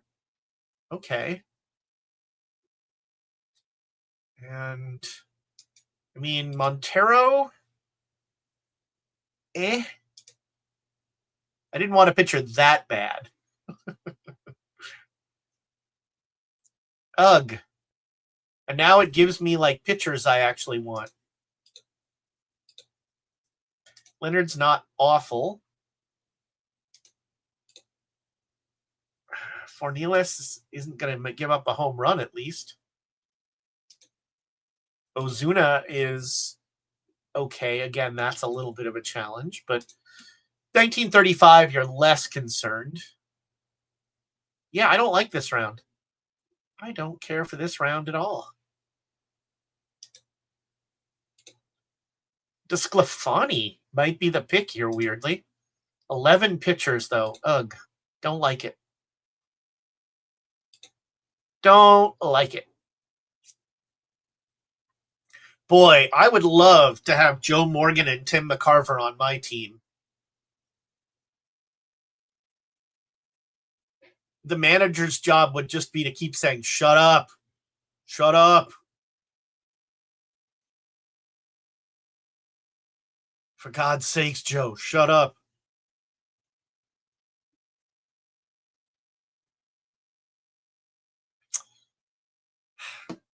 Oh, yeah, Deion Sanders would be a nice addition. Yeah. Ooh, maybe this is, can we make a theme team of just terrible broadcasters? Have there been enough? Ralph Kiner would be on there. Bad broadcasters. That could be fun.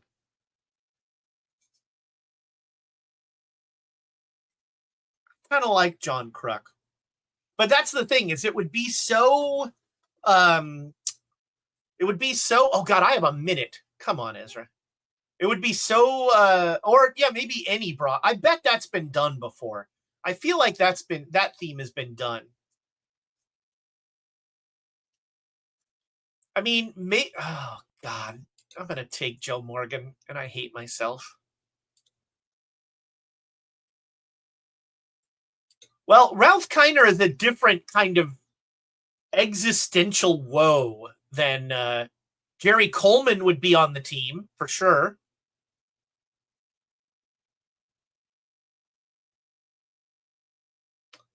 Take Nico Harner just for positional stuff. Was Richie Ashburn a bad broadcaster? That would make me happy. No, Jerry Coleman. Legendary Padres announcer Jerry Coleman. I didn't say Gary Coleman. Oh, I meant Jerry. I heard Jerry. Rachel says she heard Jerry. And Rachel's better than all of you. She says it all the time. It's kind of all she talks about. Rachel spends most of her day just deriding all of you. Those baseball people. Look, I defend you. I mean, look, I don't defend you hard. There's a lot of, well, they're not that bad. You know, but I defend you. But Rachel just, oof, man.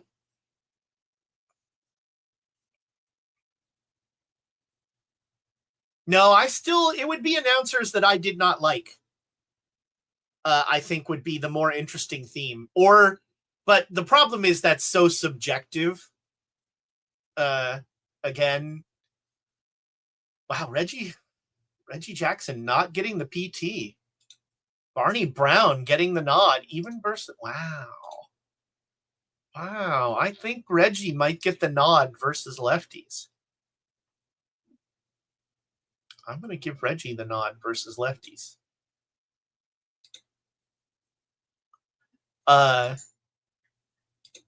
You know, just announcers whose work I did not appreciate or did not enjoy. A Chris Collinsworth card. Well, what can you say about a guy like Gary Coleman? Oh, I'd have to check that out because I love, like, we have a cottage industry here on After Dark of playing clips of Harry Callis singing High Hopes because it's so incongruous with his, like, Harry Callis was perfectly created in a test tube to say the name Mickey Morandini. But but then I found out he sings High Hopes randomly, and I was fascinated. Now I like this bad announcer idea. I was gonna go with the Alamedans, but maybe I want to do the bad announcers. What would I call it? What would be? I mean, they'd be the Joe Morgan No Stars, or they'd be the Back in My Days because that's a Joe Morgan classic. Or what was the Tim McCarvers? And what I mean by that is that would be a good. Oh man, the McCarver Morgans, the Kruk One Balls. See, Kruk at least is quick. Kruk is clever and quick, and that goes a long way. Oh, that's good. The Harry Doyle All-Stars is a good name. I like that. Gosh, now I'm thinking of, all right, wait, hold on. Let's the Kruk palindromes. Let's